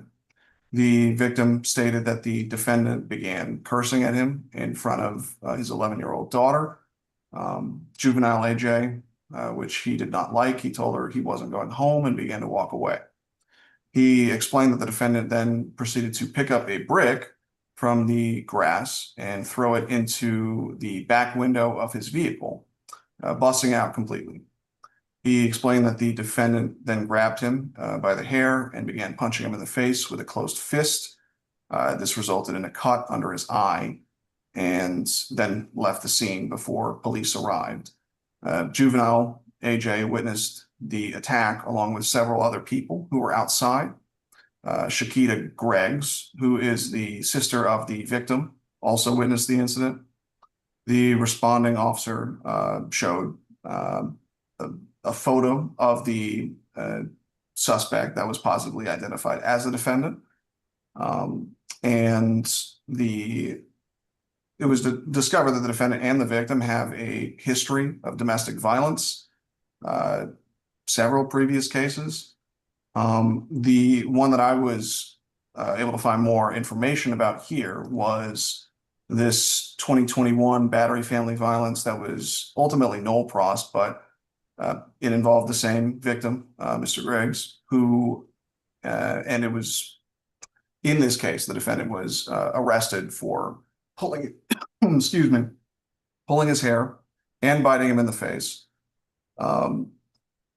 I believe as well, I see several FTAs, 2011, 14, 17, 2018, and several prior violent cases, including a simple battery and criminal trespass case from 2015 that was dismissed. I believe pretrial mentioned that one, but there was also battery, family violence, criminal trespass from 2013 that was dismissed. And then I see as well a criminal trespass and battery from 2015 for which I don't have a disposition. But in any case, given the history of criminal trespass cases and family violence cases, there is a risk of reoffense here, especially given that there is one involving the same victim and what sounds like others from APD records. So state's recommendation here is $7,000 total surety, $4,000 surety on the battery family violence, $1,000 on each of the remaining charges for the defendant to enroll in and complete FFIB, have no further contact with Mr. Griggs, stay away from the incident location, 3200 Cushman Circle, Southwest Atlanta, and no drugs, weapons, or alcohol while out on bond. And I didn't have that we had spoken with Mr. Griggs, but if that is him, or if he is on the line. Okay, all right. Well, we're gonna sound for you shortly. So that is the state's recommendation. Thank you. Mr. Griggs, if you would like to address the court, now is your opportunity. Are you with me? All right, Yes, sir. I need you to raise your right hand for me. Do you swear or affirm the testimony you're about to give before this court will be the truth, the whole truth, and nothing but the truth? Yes, sir. Okay, you can place your hand down. What would you like to tell the court, sir? I would like to apologize to the court and you, Judge Morrow, for us being here on the behalf of a bit misunderstanding. And I never called APD. I was under the influence of alcohol that night, and I don't even remember what I said, and I probably did blame her for the window, which the window was already broken, and my daughter was never outside. My daughter was still in the house. I didn't even get a chance to go in and get her and tell her to come on. And my mother, she's to the point where she was still grieving too from the night before that. We had just buried my 12-year-old nephew, Janile and Griggs. And I think that I was still grieving too at the moment, which that's probably why I didn't want to leave. And, I just want to apologize to Andrea too, because she's locked up for no reason. All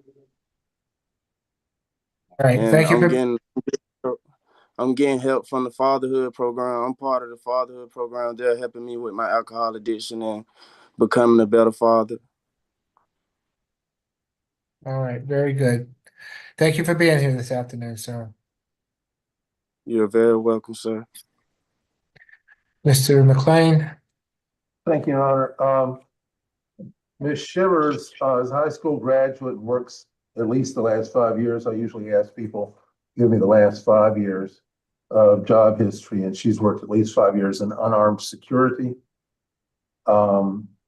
We've heard the arrest record, and I was concerned about the FTAs, but Your Honor, given what we've just heard, and she and I did go over how to not miss court. I give pretty good lecture on that sometimes, Your Honor. So she's got a stable address. I think there would be no problem if we asked for a signature bond. If the court were to grant a signature bond, we would prefer that or no more than a 1,000 surety. But I think under what I've heard, perhaps a signature bond is certainly justified. Thank you.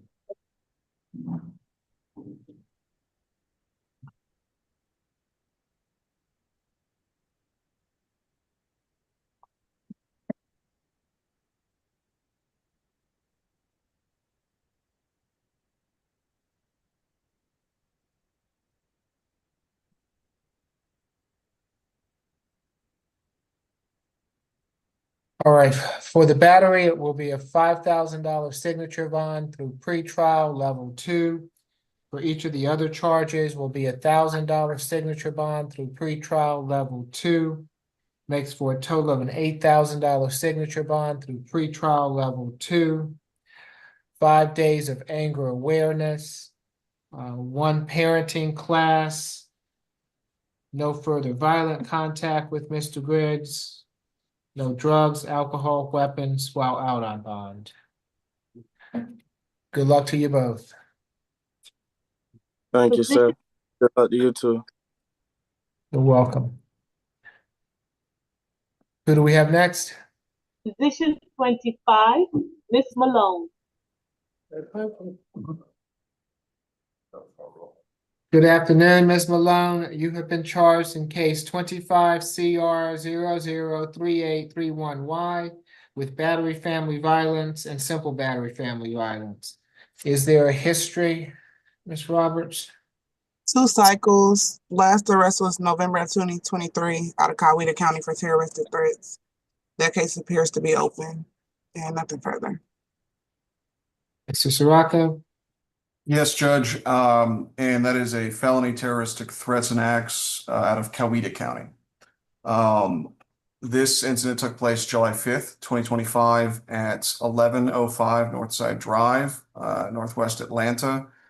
It's the McDonald's, I believe, is the location. Law enforcement had responded to a dispute involving injuries and made contact with the defendant, who presented with a laceration, half-inch laceration to the upper left forehead, and was unable to tell officers how she'd become injured. The defendant stated she just wanted to get her head fixed up and go home. Officers located, Patton, a short distance away, and spoke with Sidney Patton. He was returning to the victim, Sidney Patton, was returning to the scene. The victim explained that the defendant, who's his fiance and lives with him, had headbutted him as he was attempting to calm her down, and that she was experiencing an unknown type of episode. This incident occurred in a vehicle in the parking lot of the McDonald's. Excuse me if I misstated. The victim's injury was an abrasion to his lower lip. She had, from the headbutting, a laceration there. The 2 individuals share 4 minor children together. We have spoken with Mr. Patton, confirmed that they are engaged, that they currently live together at 3201 Timber Valley Way in Oakwood. and that they share 4 children. He stated that they were in an argument and he was trying to hold her to calm her down, and he was like injured in the process. The defendant, he states, never harmed him and that it was all a misunderstanding. But as I stated, injuries were observed to his lip. He states he's not in fear of the defendant and wants to continue contact and should be on Zoom. So we would ask the court sound for him. State's recommendation on account of that open felony terroristic threats and acts out of Coweta is a $2,000 total surety, $1,500 on the battery family violence, $500 on the simple battery family violence for her to complete FFIB, have no further contact with Mr. Sidney Patton, stay away from the McDonald's address, which is 1105 Northside Drive in Atlanta, and the home address of 3201 Timber Valley Way in Oakwood, as well as no drugs, weapons, or alcohol while on bond. Mr. Patton, I see you on the line. If you wish to address the court, now is your opportunity. I'll need for you to unmute yourself for me, sir. Yes, sir. Can you hear me now?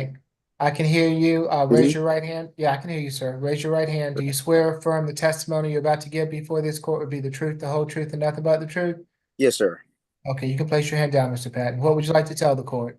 I would just like to say that is of course my fiance, but that is my kid's mother. She is a great mother.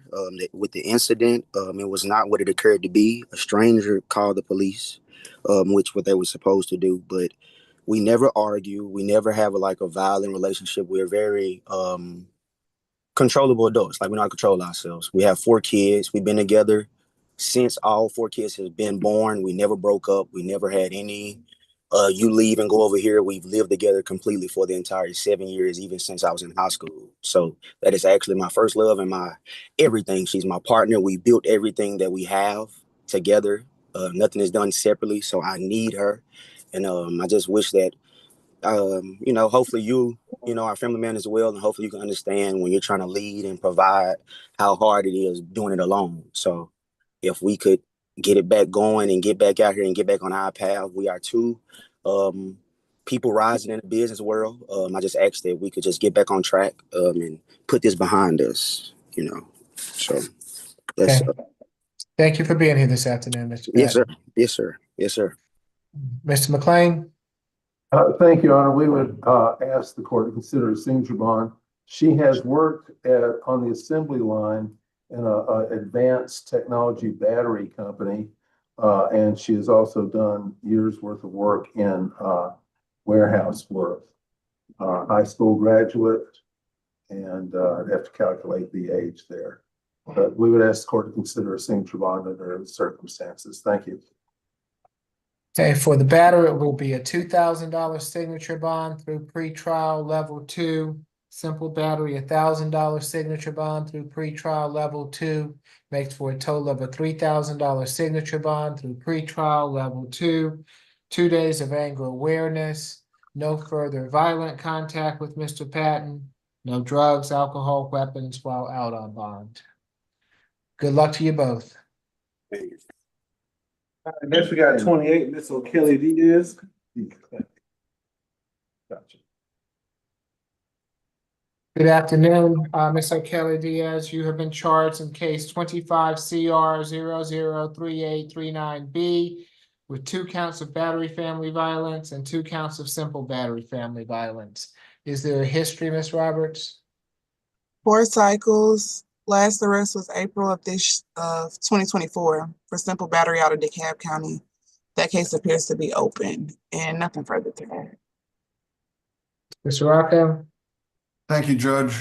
This incident took place April 20th, 2025 at 594 Parkway Drive, Northeast Atlanta. It's an apartment complex. Law enforcement responded to a physical dispute call and upon arrival made contact with the victim. In this case, Mr. Axel Enriquez, Henriquez, who, as well as his mother, Carolina Mejia.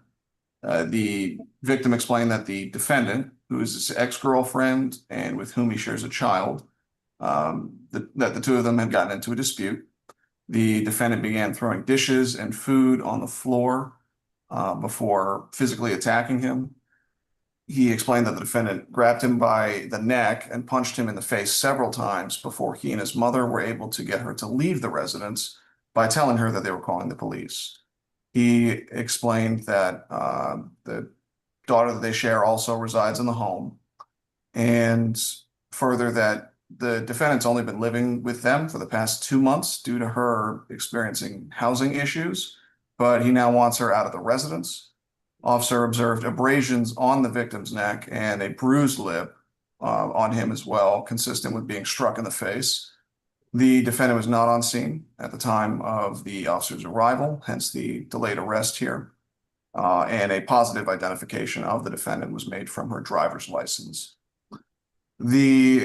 Outside of that simple battery from 2024, the cab that's open, I see as well simple battery family violence case from 2020. It looks like she received pretrial diversion for that, and that appears to have been dismissed. And then also simple battery family violence and simple battery, both 2 charges for a case from 2022 that was dismissed, with 3 prior violent cases, 2 of them being family violence related, at least as far as we know. There is a significant risk of reoffense here. She's been given a second chance following that 2020 family violence case, and she continues to engage in this sort of conduct. So the state's recommendation is an $8,000 total surety, $3,000 on each battery family violence, $1,000 on each simple battery family violence, for the defendant to complete FFIB, have no further contact with Axel Enriquez, stay away from the apartment complex located at 594 Parkway Drive, Northeast Atlanta. We would ask for a social worker visit to assess for BHET housing issues, and no drugs, weapons, or alcohol while out on bond. We have not spoken with Mr. Enriquez as of yet, but we would ask the court sound for him at this time. Thank you. Mr. Henriquez is on the line and wishes to address the court. Now is your opportunity. That appears so. Mr. McLean? Your Honor, thank you. She actually doesn't have a housing issue. She lives in Tucker in an apartment complex, Tucker, Georgia. She's a high school graduate. She has been driving for retail for a month, but before that, she's also been a homemaker. We would ask the court to consider a signature bond. Thank you. For each battery will be a $500 good bond. For each simple battery will be a $250 good bond. Makes for a total of a $1,500 good bond. No further contact with Mr. Hernandez. Stay away from his residential address. She can go back to that address on one occasion with law enforcement to retrieve any belongings. Third-party transfer of any minor children. No drugs, alcohol, weapons while out on bond. And Judge, it's the victim's name is Axel Enriquez, Henriquez, Henriquez. Axel is AXEL. Okay. Good luck to you, ma'am.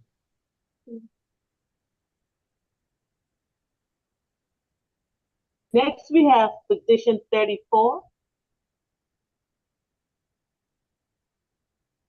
Ms. Sykes, good afternoon. You have been charged in case 25 CR 003837Y with 2 counts of battery family violence and simple battery family violence.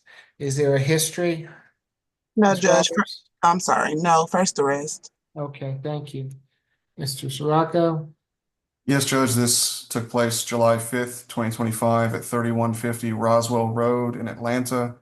Law enforcement responded to a fight call and upon arrival made contact with the victim here, Giovanni Obas, O-B-A-S, who explained that the defendant, his girlfriend, with whom he's been living with since November of last year, had attacked him. He explained that the 2 had gotten into a verbal argument over some food he was eating. The defendant became angry and threw a canister and hit him in the head. The victim stated that he tried to remove the defendant from his home, being that his name was on the lease, but several attempts at doing so were unsuccessful, and the defendant was irate. Out of concern for his safety, he got in the bathroom here, locked himself inside to avoid physical dispute here. And it was at that point the defendant used a knife to make her way into the bathroom. So he ended up calling 911, trying to avoid escalation. And when the defendant realized he was on the phone with police, she started striking him in the face and the head, resulting in a black eye. He also sustained large lacerations to his neck and chest from the defendant punching him in the right eye and scratching his neck. And we have spoken with the victim here, confirmed that they are in a relationship and that they do live together, sharing no children. Confirmed the events in the warrant, but stated that canister hit him elsewhere, was on the arm and the leg, apparently. He stated that nothing like this has happened before and would like no further violent contact with the defendant. Should be on Zoom, we would ask the court sound for him when appropriate. We are asking for a signature bond through pretrial services for the defendant to complete FFIB, have no further contact. Despite his request, this is July 5th incident. It's fresh. There hasn't been a cool down period yet. No further contact with Giovanni Obas. Stay away from 3150 Roswell Road in Atlanta, that address there. And no drugs, weapons, or alcohol while out on bond.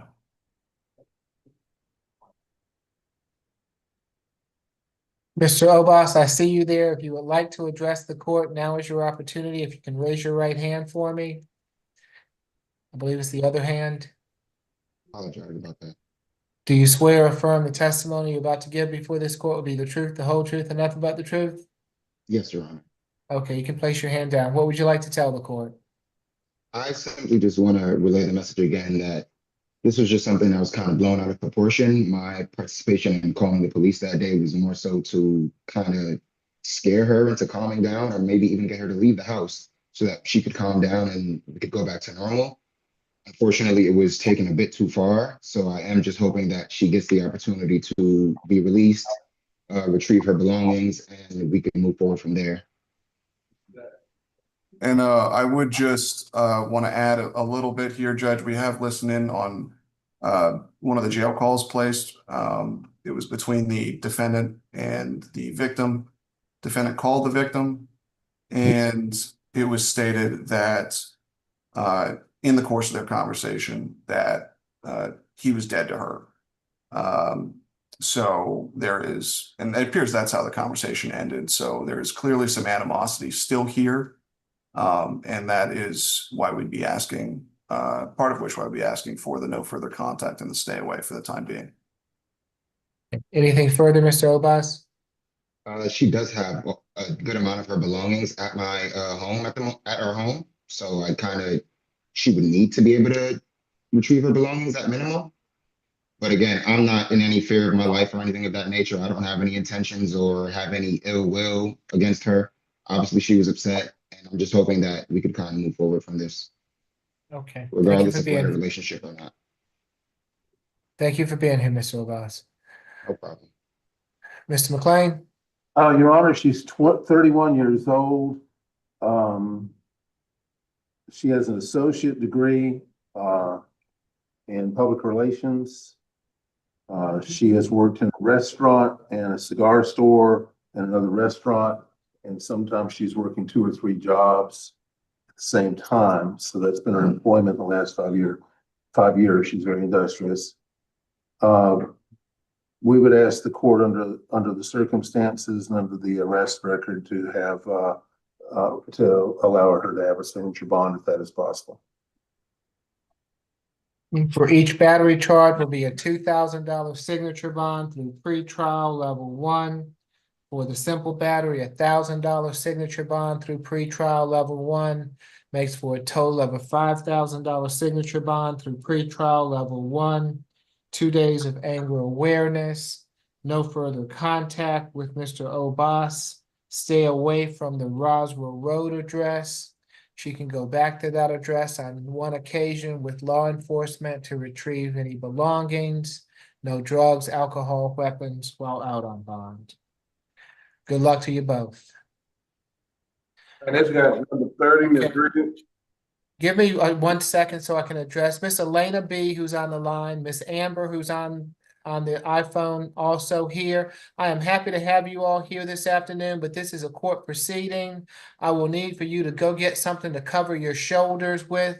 Otherwise, I'm going to have to take you off of the video. This is an official court proceeding, so I need for you all to cover your shoulders for me. Okay, given that Miss Elena B has not gone away from the video, can we turn her video off, please?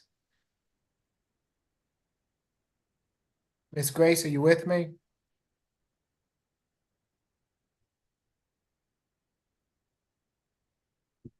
Okay, thank you.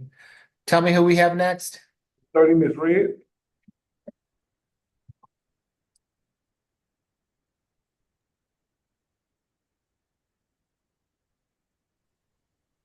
Good afternoon, Miss Red. You've been charged in case 25 CR 003834B with simple battery family violence.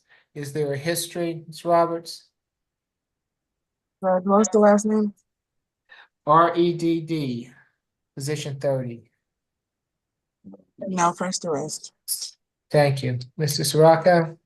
Thank you, Judge. This incident took place July 6th. So yesterday at 5555 Roswell Road in Atlanta, it's an apartment complex. Law enforcement responded to a domestic dispute call. Upon arrival, made contact with the victim here, Mr. Toriando Evans, who explained that the defendant, his girlfriend, who lives with him, had gotten into a verbal and then a physical altercation with him. He stated that while he was sitting in the living room playing video games, the defendant came up to him, started getting into his face, yelling and accusing him of cheating on her. He stated he stayed still and just didn't react. And that is when the defendant open hand slapped him across his face. When this happened, he tried to grab the defendant to move her, which resulted in her shirt getting ripped. The argument continued, and the victim tried to get her out of the house as well. She appears rent is also an issue. The parties have been living together as a couple since November, but they are not married and they don't have children together. Officer spoke with the defendant, who stated that she and the victim had gotten into a verbal altercation about him possibly cheating on her. She admitted to open-handedly slapping the victim across the face, claiming it was due to a flashback from a previous incident. The defendant was arrested. The state's recommendation for this case is signature bond through pretrial services for the defendant to complete FFIP, have no further contact with Toriando Evans, stay away from 5555 Roswell Road in Atlanta, that apartment complex there, no drugs, weapons, or alcohol while out on bond. And we have not spoken with Mr. Evans. We will continue those efforts at contact. In any case, we would ask the court sound for him if he is on the line and wishes to speak. Mr. Evans is on the line and wishes to address the court. Now is your opportunity. Mr. McLean? Thank you, Your Honor. She's 20 years old. She's a high school graduate. She will be studying nursing in the future. She's been a home health aide, and she's worked in retail customer service and in a warehouse with no prior arrest. We would agree with the signature bond, but we leave the conditions up to Your Honor. Your $2,000 signature bond through pretrial level 1. You need to speak with her before I go on, Mr. McLean. She's got her hand up. You whisper your question in my ear. All right.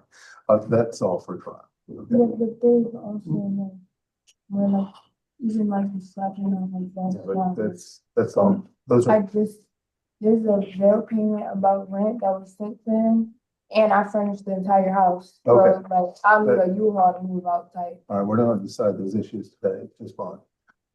Nothing further, Your Honor. Thank you. $2,000 signature bond through pretrial level 1. No further contact with Mr. Evans. Stay away from the incident location. She can go back to that location on one occasion with law enforcement to retrieve any belongings. No drugs, alcohol, weapons while out on bond. Good luck to you, ma'am. Thank you. You're welcome. Who do we have next? Position 36.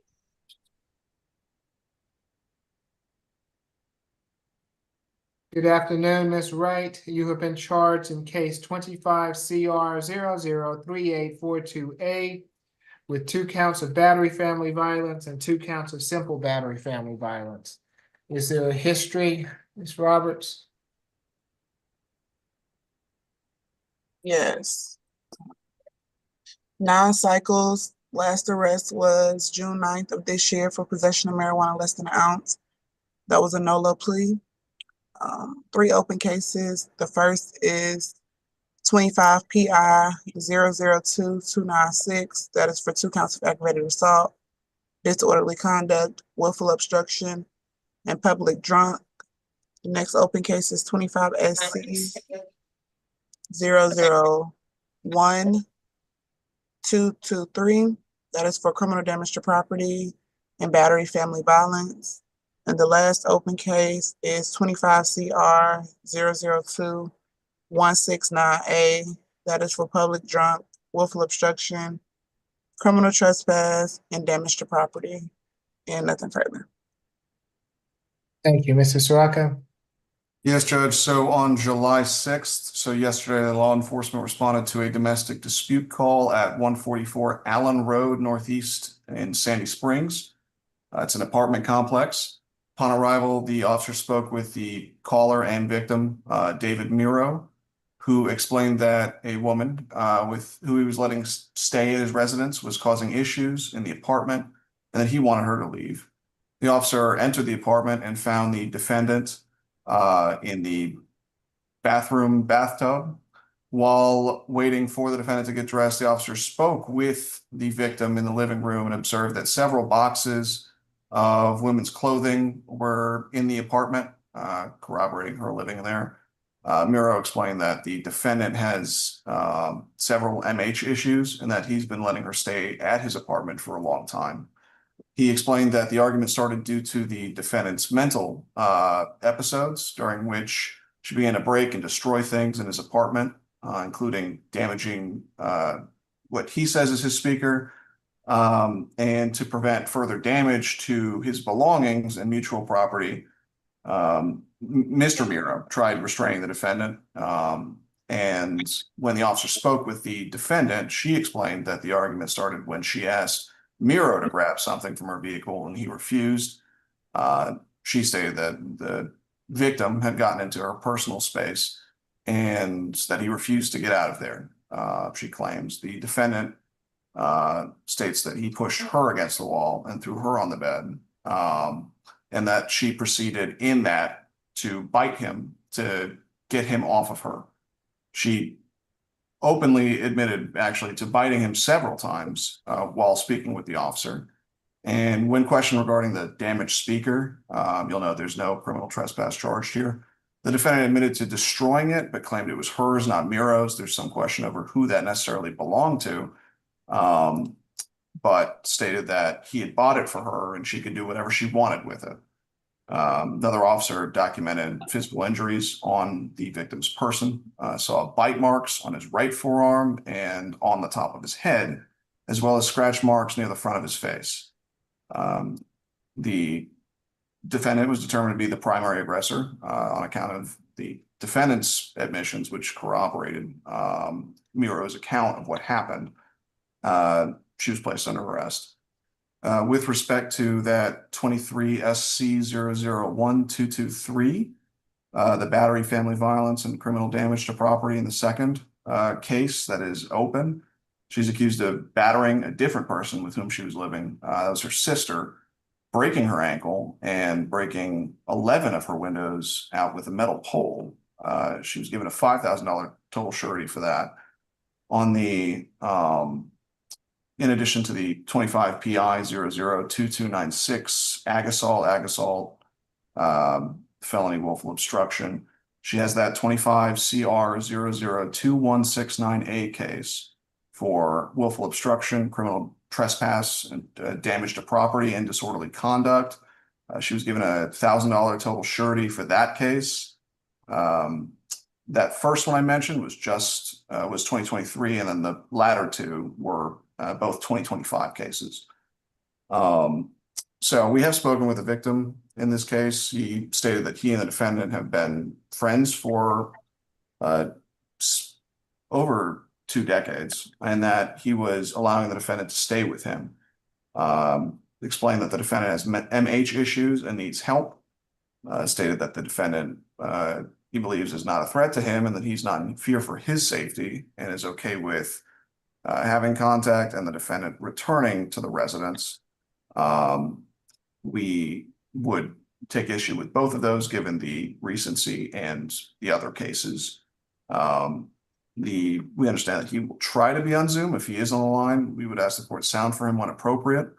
But with the open battery family violence case, there's several open cases for damage to property. That FV case included the open assault case. There's a substantial risk of reoffense here. State's asking for an $8,000 total surety, $3,000 on each battery family violence, $1,000 on each simple battery family violence, for the defendant to complete FFIB, undergo MHET, have no further contact with David Muro, stay away from the apartment complex at 144 Allen Road Northeast in Sandy Springs, and no drugs, weapons, or alcohol while out on bond. Mr. Muro is on the line and wishes to address the court. Now is your opportunity. Mr. McLean? Thank you, Your Honor. 46-year-old Miss Wright is a high school graduate and has done work as a cook, and has done substantial custodial work as well as substantial chef work. Her address, her aunt is here. Her address is here. She's stable, not a flight risk. We would ask the court to consider the lowest possible bond for her, including a signature bond. And if that's not possible, then we would ask for no more than $1,000 surety. Thank you. For each battery will be a $1,500 good bond. For each simple battery, a $500 good bond. Makes for a total of a $4,000 good bond. Social worker visit to assess for an MHET. No further contact with Mr. Muro. Stay away from his residential address. She can go back to that address on one occasion with law enforcement to retrieve any belongings. No drugs, alcohol, weapons while out on bond. Good luck to you, ma'am. All right, next we got number 12, Mr. Cunningham. Good afternoon, Mr. Cunningham. You have been charged in case 25 CR 003823A with battery family violence, 2 counts of simple battery, no, 1 count of simple battery family violence, simple assault family violence, and theft by taking. Is there a history, Ms. Roberts? 6 cycles. Last arrest is in 2018 for a probation violation, a theft by shoplifting conviction in 2016, and an FTA in 2016, and nothing further. Ms. Falk? Yes, Your Honor. This incident happened June 26, 2025 at 600 Greens Ferry Avenue Southwest, apartment 711 in Atlanta. Karina Barber stated that the defendant assaulted her after a verbal dispute. Miss Barber had gone into his car to remove their child's stroller, and the defendant became upset and began shouting at her. The defendant then punched her in the mouth. Miss Barber went inside the apartment. The defendant followed her with the stroller and threw the stroller at her, as well as threatened to shoot her. The defendant then took her phone with him and left the residence. 6-month-old child CB was in the house. Miss Barber had a cut on her lip and one on the left side of her neck that the officers observed. And on July 5th, the defendant returned and had an altercation with Miss Barber's brother when the defendant tried to come into Miss Barber's house without consent. 911 was called, and that's how the defendant was arrested. We did have a conversation with Miss Barber. She stated that she and the defendant are not in a relationship. They do not live together and they do share one child. She stated that the events in the warrant were correct. This is the first time the defendant has been violent toward her. She said that the defendant showed back up at her house on the 5th trying to enter her residence, and she is in fear of the defendant and does not wish to have contact. Ms. Barber stated she has filed for a TPO, which was granted, and they do have a follow-up hearing scheduled July 21st. She wants the defendant to stay away from her residence, and she will be on the Zoom. We are asking on this case, there was also a 2016 null prost battery case, as well as a 2020 probation violation. We are asking for a $5,000 surety bond, $2,000 on the family violence battery, $1,000 on each remaining count. No further contact with Karina Barber. Stay away from 600 Greens Ferry Avenue, Southwest Apartment 711 in Atlanta. No alcohol, drugs, or weapons. No firearms. We are also requesting FVIP. We are concerned in this case because the defendant did return to the residence after being told to stay away from her and continued to harass her by obviously having a physical altercation with her brother when her brother also attempted to try to get him to leave her residence. So we are concerned about a risk of reoffense. We would like to sound for Ms. Karina Barber at this time. That's all for the state. The line and wishes to address the court. Now is your opportunity. Ms. Tucker? Yes, Your Honor. Mr. Cunningham is a 29-year-old Atlanta native. He has a 10th grade education. He's currently employed at Mannheim car auction. He does have one minor child, the 6-month-old daughter that's referenced in this instance. We are requesting a signature bond on his behalf as it was reported by pretrial. His last arrest was 7 years ago in 2018. We have no objections to no further contact. There is a TPO order. My client will follow the court orders. We also have no objections to a stay away from the incident location. Again, we are requesting a signature bond on his behalf. And Your Honor, I do want to make mention that TPO was taken out July 1st. Thank you. For the battery, a $2,000 signature bond through pretrial level 1. For each of the other charges, a $1,000 signature bond through pretrial level 1. Makes for a total of a $5,000 signature bond through pretrial level 1. 2 days of anger awareness. No further contact with Ms. Barber. Stay away from the Greens Ferry Avenue address. No drugs, alcohol, weapons while out on bond. Good luck to you, Mr. Cunningham. Oh, excuse me, Your Honor. Also, and we would like to request third-party transfer of the minor child so he could still have visitation.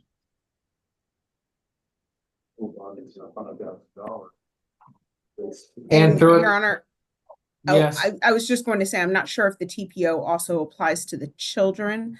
I'm unaware of so that. I would ask that he comply with any restrictions of the TPO. And if that includes no contact with the children, then we would not ask for third-party contact. Okay, so third-party transfer unless it's restricted by the TPO. Thank you, Your Honor. Okay. Who do we have next? We got number 11, Ms. Creps.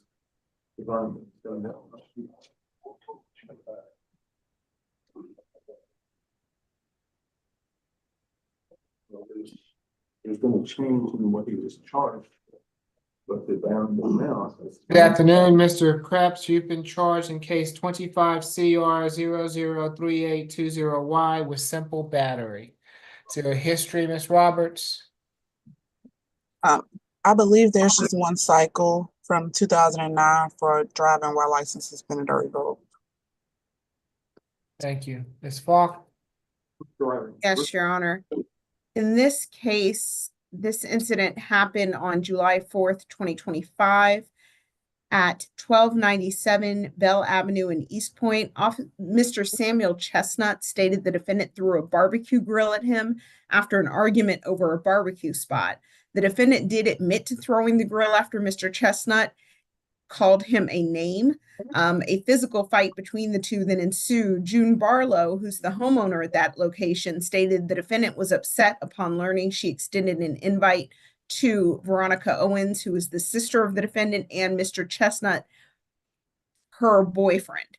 Mr. Tinch, who is a family member, broke up the fight, and Miss Veronica Owens, who is the sister of the defendant, stated that while breaking up the fight, she fell onto a gray metal table, which caused a metal rod to strike her on the right side. We did have a conversation with Miss Owens. She is the, Mr. Chestnut, who stated the defendant is the brother of his girlfriend, Miss Veronica Owens. They do not live together. The incident location is where the defendant lives. Mr. Chestnut confirmed the events in the warrant office. Our office also spoke with Miss Veronica Owens, who said the defendant pushed her when she was trying to break up the fight. It caused her to land on a metal pole that went into her back, and she is currently in the hospital and has to get back surgery. She also stated she will have to get surgery on her knee tomorrow as well. Neither one want contact with the defendant, and Mr. Chestnut did state he would be here on the Zoom. We are seeing, as you heard, those 3 arrests for driving while license suspended. However, we are really concerned about the fact that this resulted in his sister landing in the hospital and needing surgery because she was essentially impaled by a metal pole, and as well as knee surgery. We are asking for a $3,000 surety bond. We are also asking that there be no further contact with Samuel Chestnut and Veronica Owens, no alcohol, drugs, or weapons, and anger awareness. We are, as I said, concerned about this issue to the point that we are going to recommend this case once we have the medical records regarding the surgeries to the DA's office for felony aggravated assault due to the incident and how severe it became. That's all for the state. We would like to sound for Samuel Chestnut and Veronica Owens. Mr. Owens or Mr. Chestnut, if either on the line and wish to address the court, now is your opportunity. Ms. Tucker? Yes, Your Honor. Mr. Creps is 65 years of age. He's resided in that Atlanta area for most of his life, for over 60 years now. He was able to provide me with a residential address that he's maintained for the last 5 years. He's completed a high school education. He has retired from the city of East Point, where he worked as a heavy equipment operator, and he currently works part-time as a security guard at St. Luke's. We are requesting a signature bond on behalf of Mr. Creps. As it was reported by pretrial, his last cycle was in 2009 for a driving infraction. He does not have any failure to appears. He has substantial ties to the community. He worked for the city. So we are requesting a signature bond in this matter. $5,000 signature bond through pretrial level 1, 2 days of anger awareness, no further contact with Mr. Chestnut or Miss Owens, no drugs, alcohol, weapons while out on bond. Good luck to you, Mr. Creps. You said 5,000? Thank you, sir. $5,000 signature bond through pretrial.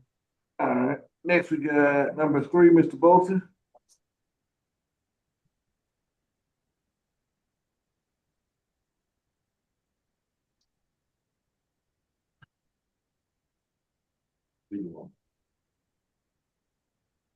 Good afternoon, Mr. Bolton. You have been charged in case 25 CR 003813G with 2 counts of battery family violence, 3 counts of simple battery family violence, cruelty to children in the 3rd degree, and theft by taking. Is there a history? Ms. Yes. Roberts? A total of 3 cycles. Last arrest was September of 24 for battery, family violence, simple battery, aggravated assault, and possession of a firearm during the commission of a felony. Open case 24 PI 006-867. He has 3 additional open cases that all include battery, family violence, and cruelty in the third.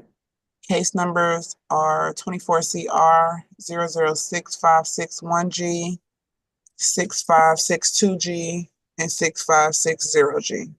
And nothing further. Yes, Your Honor. This incident happened on July 6th at 3102, which is the Valley in Sandy Springs. Officers were flagged down by Nakara Sheets, who stated that she was trying to leave and the defendant did not want her to. During the argument, the defendant punched her in the lip with his fist, causing her lip to bleed and her to have a cut on her lip. The officers tried to stop the defendant who was walking past the officer. The defendant ignored the officer's command to stop. The defendant was then detained at taser point. 3 phones were found on his person, which is relevant because Ms. Sheets stated that she told officers she had come home from a family reunion and wanted to call her mother and let her know she had gotten home safely. The defendant wouldn't allow her to make the phone call, took her phone away from her.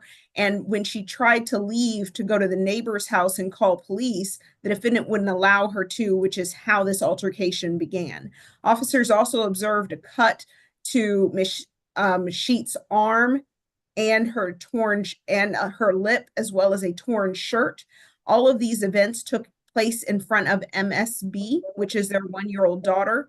The defendant did admit to pulling Ms. Sheets' hair and claimed he did so because she was being loud and he didn't want her to cause a scene. The defendant has a fairly lengthy history in a relatively short period of time, Your Honor. I'll try to go over this as briefly as I can. He was bonded out on December 23rd of 2024 on a $55,000 surety bond that was given to him by Judge Mather. That was reduced from a cash bond that was given by Judge Law on September 19th, 2024.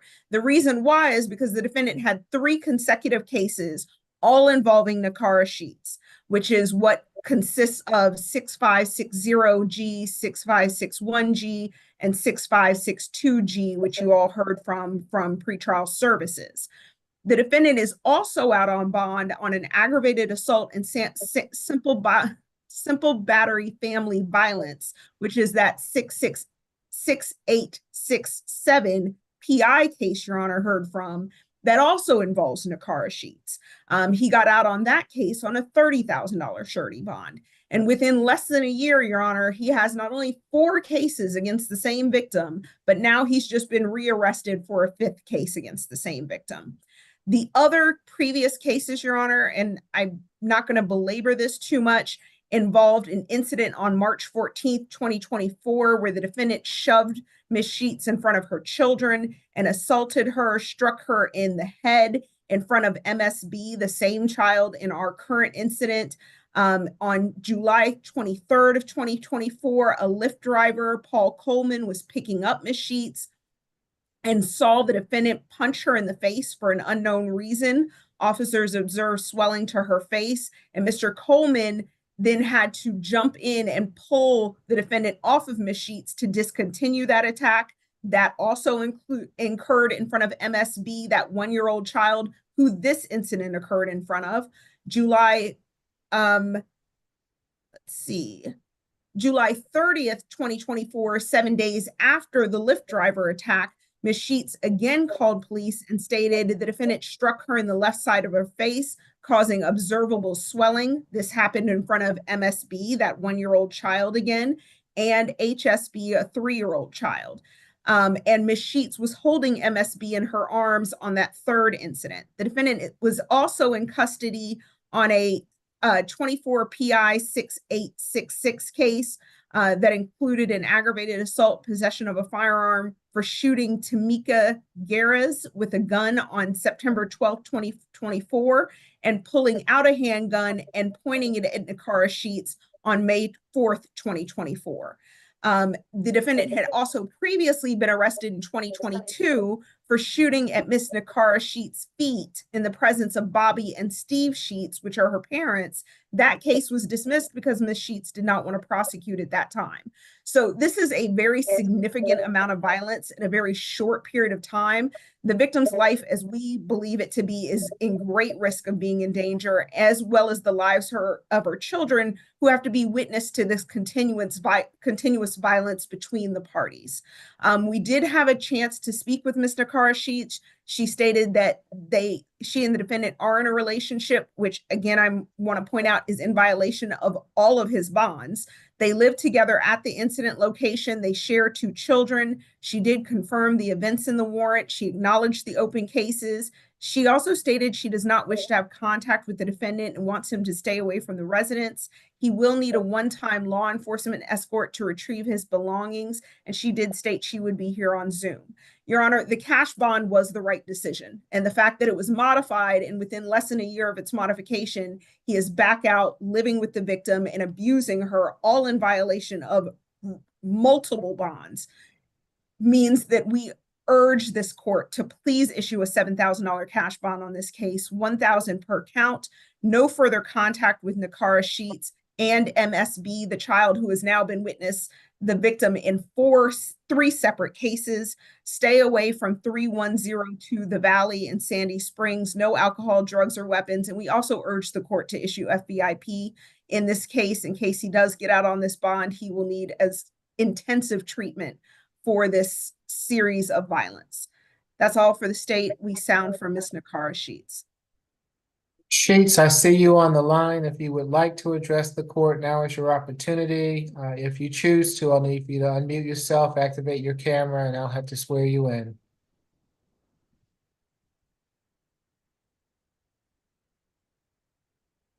Doesn't appear that Ms. Sheets would like to address the court. Ms. Tucker? Yes, Your Honor. Mr. Bolton is a 24-year-old Atlanta native. He provided me with a residential address that he's maintained for the last 4 years. He's a high school graduate. He currently is employed at a moving company. He does have minor children. He has 3 daughters. We are requesting a surety bond on behalf of Mr. Bolton on all the charges.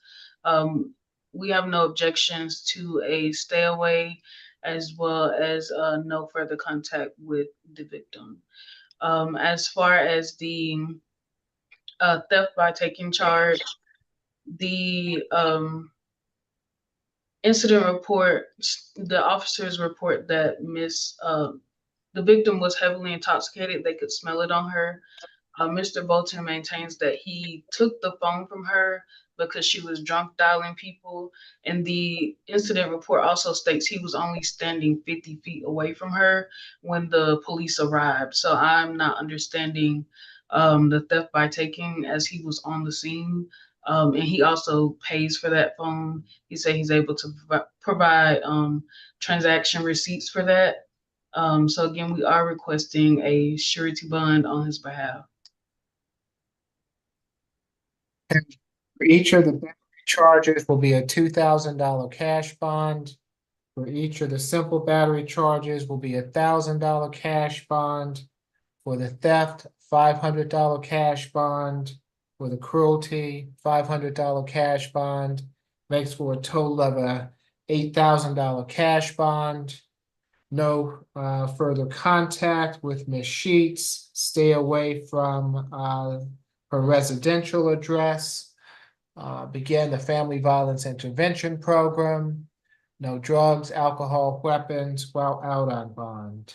Mr. Bolton, while I have you, let me explain to you what no contact means. Apparently, you've been violating the no contact in your other bonds, but if you have any contact whatsoever with Ms. Sheets, this bond will be withdrawn. No contact means absolutely no contact, no phone contact, no social media contact, no internet contact, no email contact. no contact through third parties, no contact whatsoever. Given that you should not have been at the residence to begin with, I'm not even gonna order a one-time escort for you to retrieve any belongings because you shouldn't have had any belongings there to begin with. Good luck to you, sir. You as well, Ms. Sheets. Your Honor, Yes, Ms. Bridgewater. will you go over these bond amount again? Cause my math ain't adding up right about now. Okay, each battery is a $2,000 cash bond, so that's $4,000. Okay. 7. Each simple battery is $1,000 cash bond, so that's Okay. 4, 5, 6, 7,000, and the two others are 500. That makes 8, right?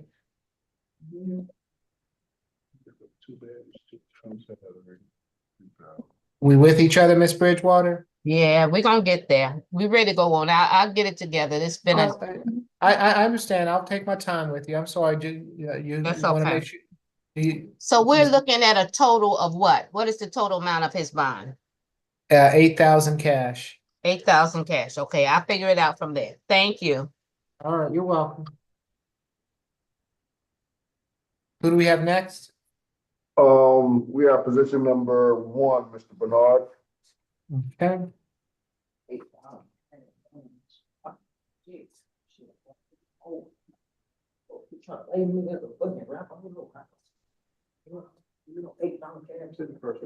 Good afternoon, Mr. Bernard. You have been charged in case 25 CR 003810E with theft by taking. Is there a history, Ms. Roberts? You said Bernard.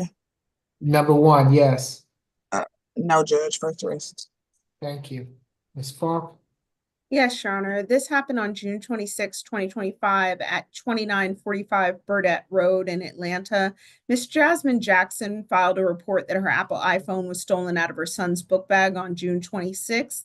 Miss Jackson tracked the cell phone to an Eco ATM at the Dollar General at 8446 Highway 85 in Jonesboro. The records show that the cell phone was sold by the defendant from that location. When the defendant was questioned, he initially lied to the police, said he didn't sell a cell phone and had never been to that Dollar General. When confronted with the proof of that he did, he admitted to selling the phone and at first stated he found the phone outside on the street while he was walking. He then changed his story again and claimed he found the phone inside of an unknown residence and took the phone. This is his first arrest. We are recommending SOB through pretrial services level 1. Stay away from 2945 Burdett Road in Atlanta. No further contact with Jasmine Jackson. No alcohol, drugs, or weapons, and an anti-theft course if Your Honor sees fit.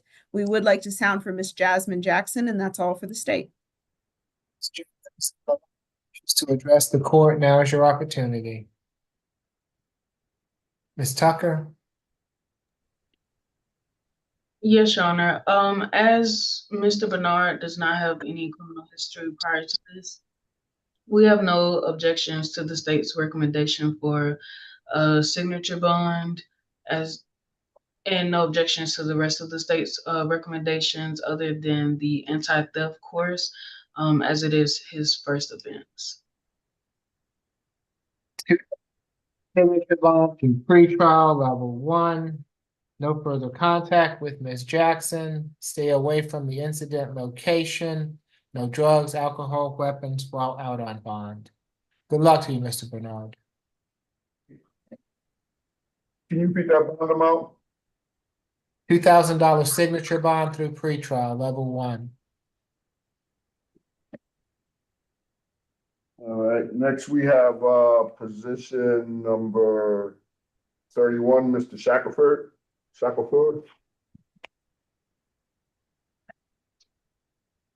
Yeah. Good afternoon, Mr. Shackleford. You have been charged in case 25 CR 003835D with the battery family violence, 2 counts of simple battery family violence, and cruelty to children in the 3rd degree. Is there a history, Ms. Roberts? I only see one arrest out of New Jersey from 2008 for contempt. That was a conviction and nothing further. Thank you. Mr. Sirocco? Thank you, Judge. This incident took place on July 6th, so yesterday. at 2417 Addison Lane and Johns Creek. Law enforcement responded to a domestic dispute call, and upon arrival, the officer was greeted by a young Gavin Shackleford, 14 years old, who explained to the officer that his mother, father, and brother were involved in a physical altercation. Officer made contact with the defendant, who stated that he and his wife, one of the victims here, Yen Shackleford, Y-E-N, had been arguing in their master bedroom about a trip planned, his planned trip to New Jersey. The defendant stated that the argument escalated and that the two began pushing each other when he pushed his wife onto the bed. And when he did so, their 15-year-old son and the other victim here, Gabriel Shackleford, ran into the room and tackled him onto the bed. The defendant admitted that he placed Gabriel into a front headlock as they both fell into the master bedroom closet, and he remained on top of Gabriel until the quote-unquote wrestling ended. The officer spoke to Gabriel, who explained that his parents had been arguing in their bedroom, and he went in to remove his younger sister, juvenile IS, age 5, from the room. And when he was doing so while she was in the room, his father pushed his mother onto the bed. He saw that, which prompted him to tackle his father. And the defendant then placed him in a front headlock as they fell into the master bedroom closet, at which point he got on top of him and held him down until the altercation ended. The officer then spoke to Yen Shackleford, who explained that the argument had gotten heated and that the defendant shoved her. And when their eldest son, Gabriel, entered the room to remove his younger sister, the defendant had pushed her onto the bed, which led Gabriel to tackle his father. Officer observed that Gabriel sustained multiple bruises on his neck, and the defendant was placed under arrest. We have spoken with Yen Shackleford. She said they are married, live together, and they share 5 children. She confirmed the events in the warrant, stated that the defendant did place their son into a headlock to prevent him from attacking. The victim then stated that she spoke to her son, and after the incident, she claims that he stated to her that the injuries from Gabriel's neck were not the result of this incident, but were from some roughhousing incident with his brother. Victim has stated nothing like this has happened before, and that she's not in fear of the defendant and wants to continue contact, and that she wants the defendant to return to the residence. However, we are not comfortable with that, especially given the recency of this case. We'll be asking for no further contact and to stay away for the time being. With the defendant shoving his wife, placing his own son in a serious headlock here, after said son felt he needed to step in to defend his own mom. I mean, there was bruising to his neck. In front of the other child, there's a lot going on, and we're concerned for this family's safety. And with that, and the recency of this case, the state is asking for a $3,500 total surety, $1,500 on the battery family violence, $750 on each of the simple battery family violences, and $500 on the cruelty to children in the third, for the defendant to complete FFIB. Have no further contact with Yen Shackleford, no further contact with Gabriel Shackleford.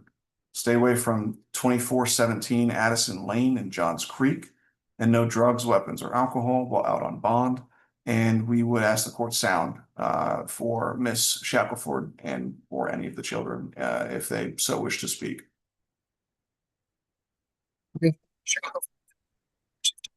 Court, your opportunity. Mr. McLean. Thank you, Your Honor. 43-year-old Mr. Shackleford is a veteran, honorable discharge, 16 years service. Your Honor, he graduated high school in New Jersey. He has some college. For the last 5 years, among other things, he has done at least 5 years worth of working for a company that does the underground utility location work. we would ask the court to consider a signature bond. Due to what we've heard today, one thing we heard about our explanation also that family provided, but also the relatively low number of priors arrests. Thank you. Okay, for the battery, it will be a $2,000 signature bond through pretrial level 1. For each of the other charges will be a $1,000 signature bond through pretrial level 1. Makes for a total of a $5,000 signature bond through pretrial level 1. 2 days of anger awareness. At this time, no further contact with the alleged victims. Stay away from the incident location.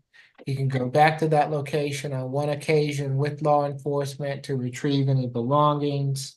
No drugs, alcohol, weapons while out on bond. Good luck to you, Mr. Shackleford.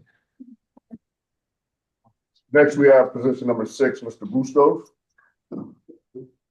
Okay. Let me see.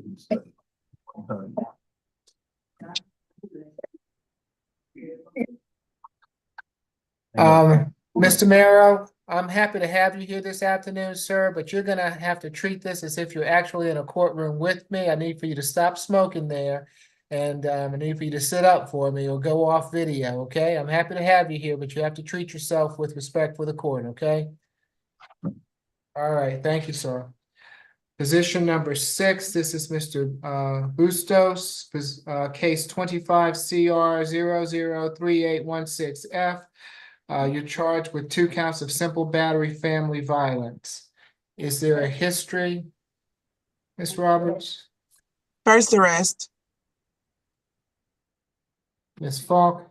Yes, Your Honor. In Mr. Bustos' case, this happened on July 6th, 2025 at 565 Gale Court in Alpharetta. Officers met with Priscilla Bustos, who is here in court, who stated that she and her husband were arguing over her computer being in the bedroom. The defendant stated he would move her computer, and Ms. Bustos was concerned that the defendant might destroy her computer, so she tried to block the door so he couldn't leave the house. The defendant pushed and pulled her out of the way to get outside with her computer, and their 14-year-old child took the computer from the defendant, and Ms. Bustos called 911. We did have an opportunity to speak with Ms. Bustos. She stated that she and the defendant are married. They live together and share 2 children. She confirmed the events in the warrant. She stated that this is the first time the defendant has been physically violent toward her. However, she is in fear of the defendant and wants no contact. She wants the defendant to stay away from the residence, and he will need a one-time law enforcement escort to retrieve his belongings. As I stated, she is here on the Zoom. We are agreeable to an SOB through pretrial services level 1, no further contact with Priscilla Bustos. Stay away from 565 Gale Court in Alpharetta with a one-time police escort for belongings, no alcohol, drugs, or weapons, and no firearms. At this time, we would like to sound from Ms. Priscilla Bustos if she would like to speak. That's all for the state.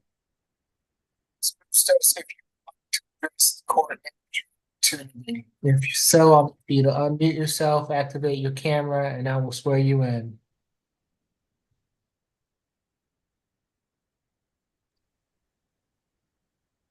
Okay, although she's with us this afternoon, it appears that she does not wish to address the court. Yes, Mr. McLean. We have no objection to the signature bond idea and suggestion. We note that he has the,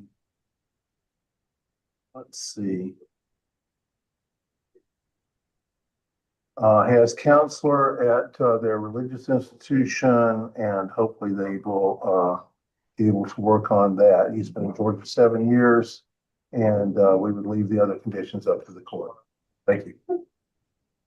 Okay, for each charge will be a $1,000 signature bond through pretrial level 1, makes for a total of a $2,000 signature bond through pretrial level 1.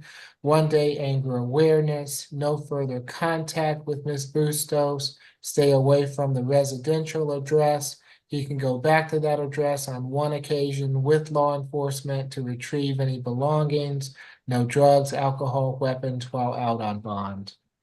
Good luck to you, sir. Your Honor, was it 1 day anger awareness or 2? It was one. Thank you. Who do we have next? Next we have, position number 4, Mr. Bolton. Okay. And Your Honor, we may need to go off the Zoom for this if the defense wishes to. I mean, off the YouTube, excuse me. Yes, Your Honor. All right, and do we have, before we take Mr.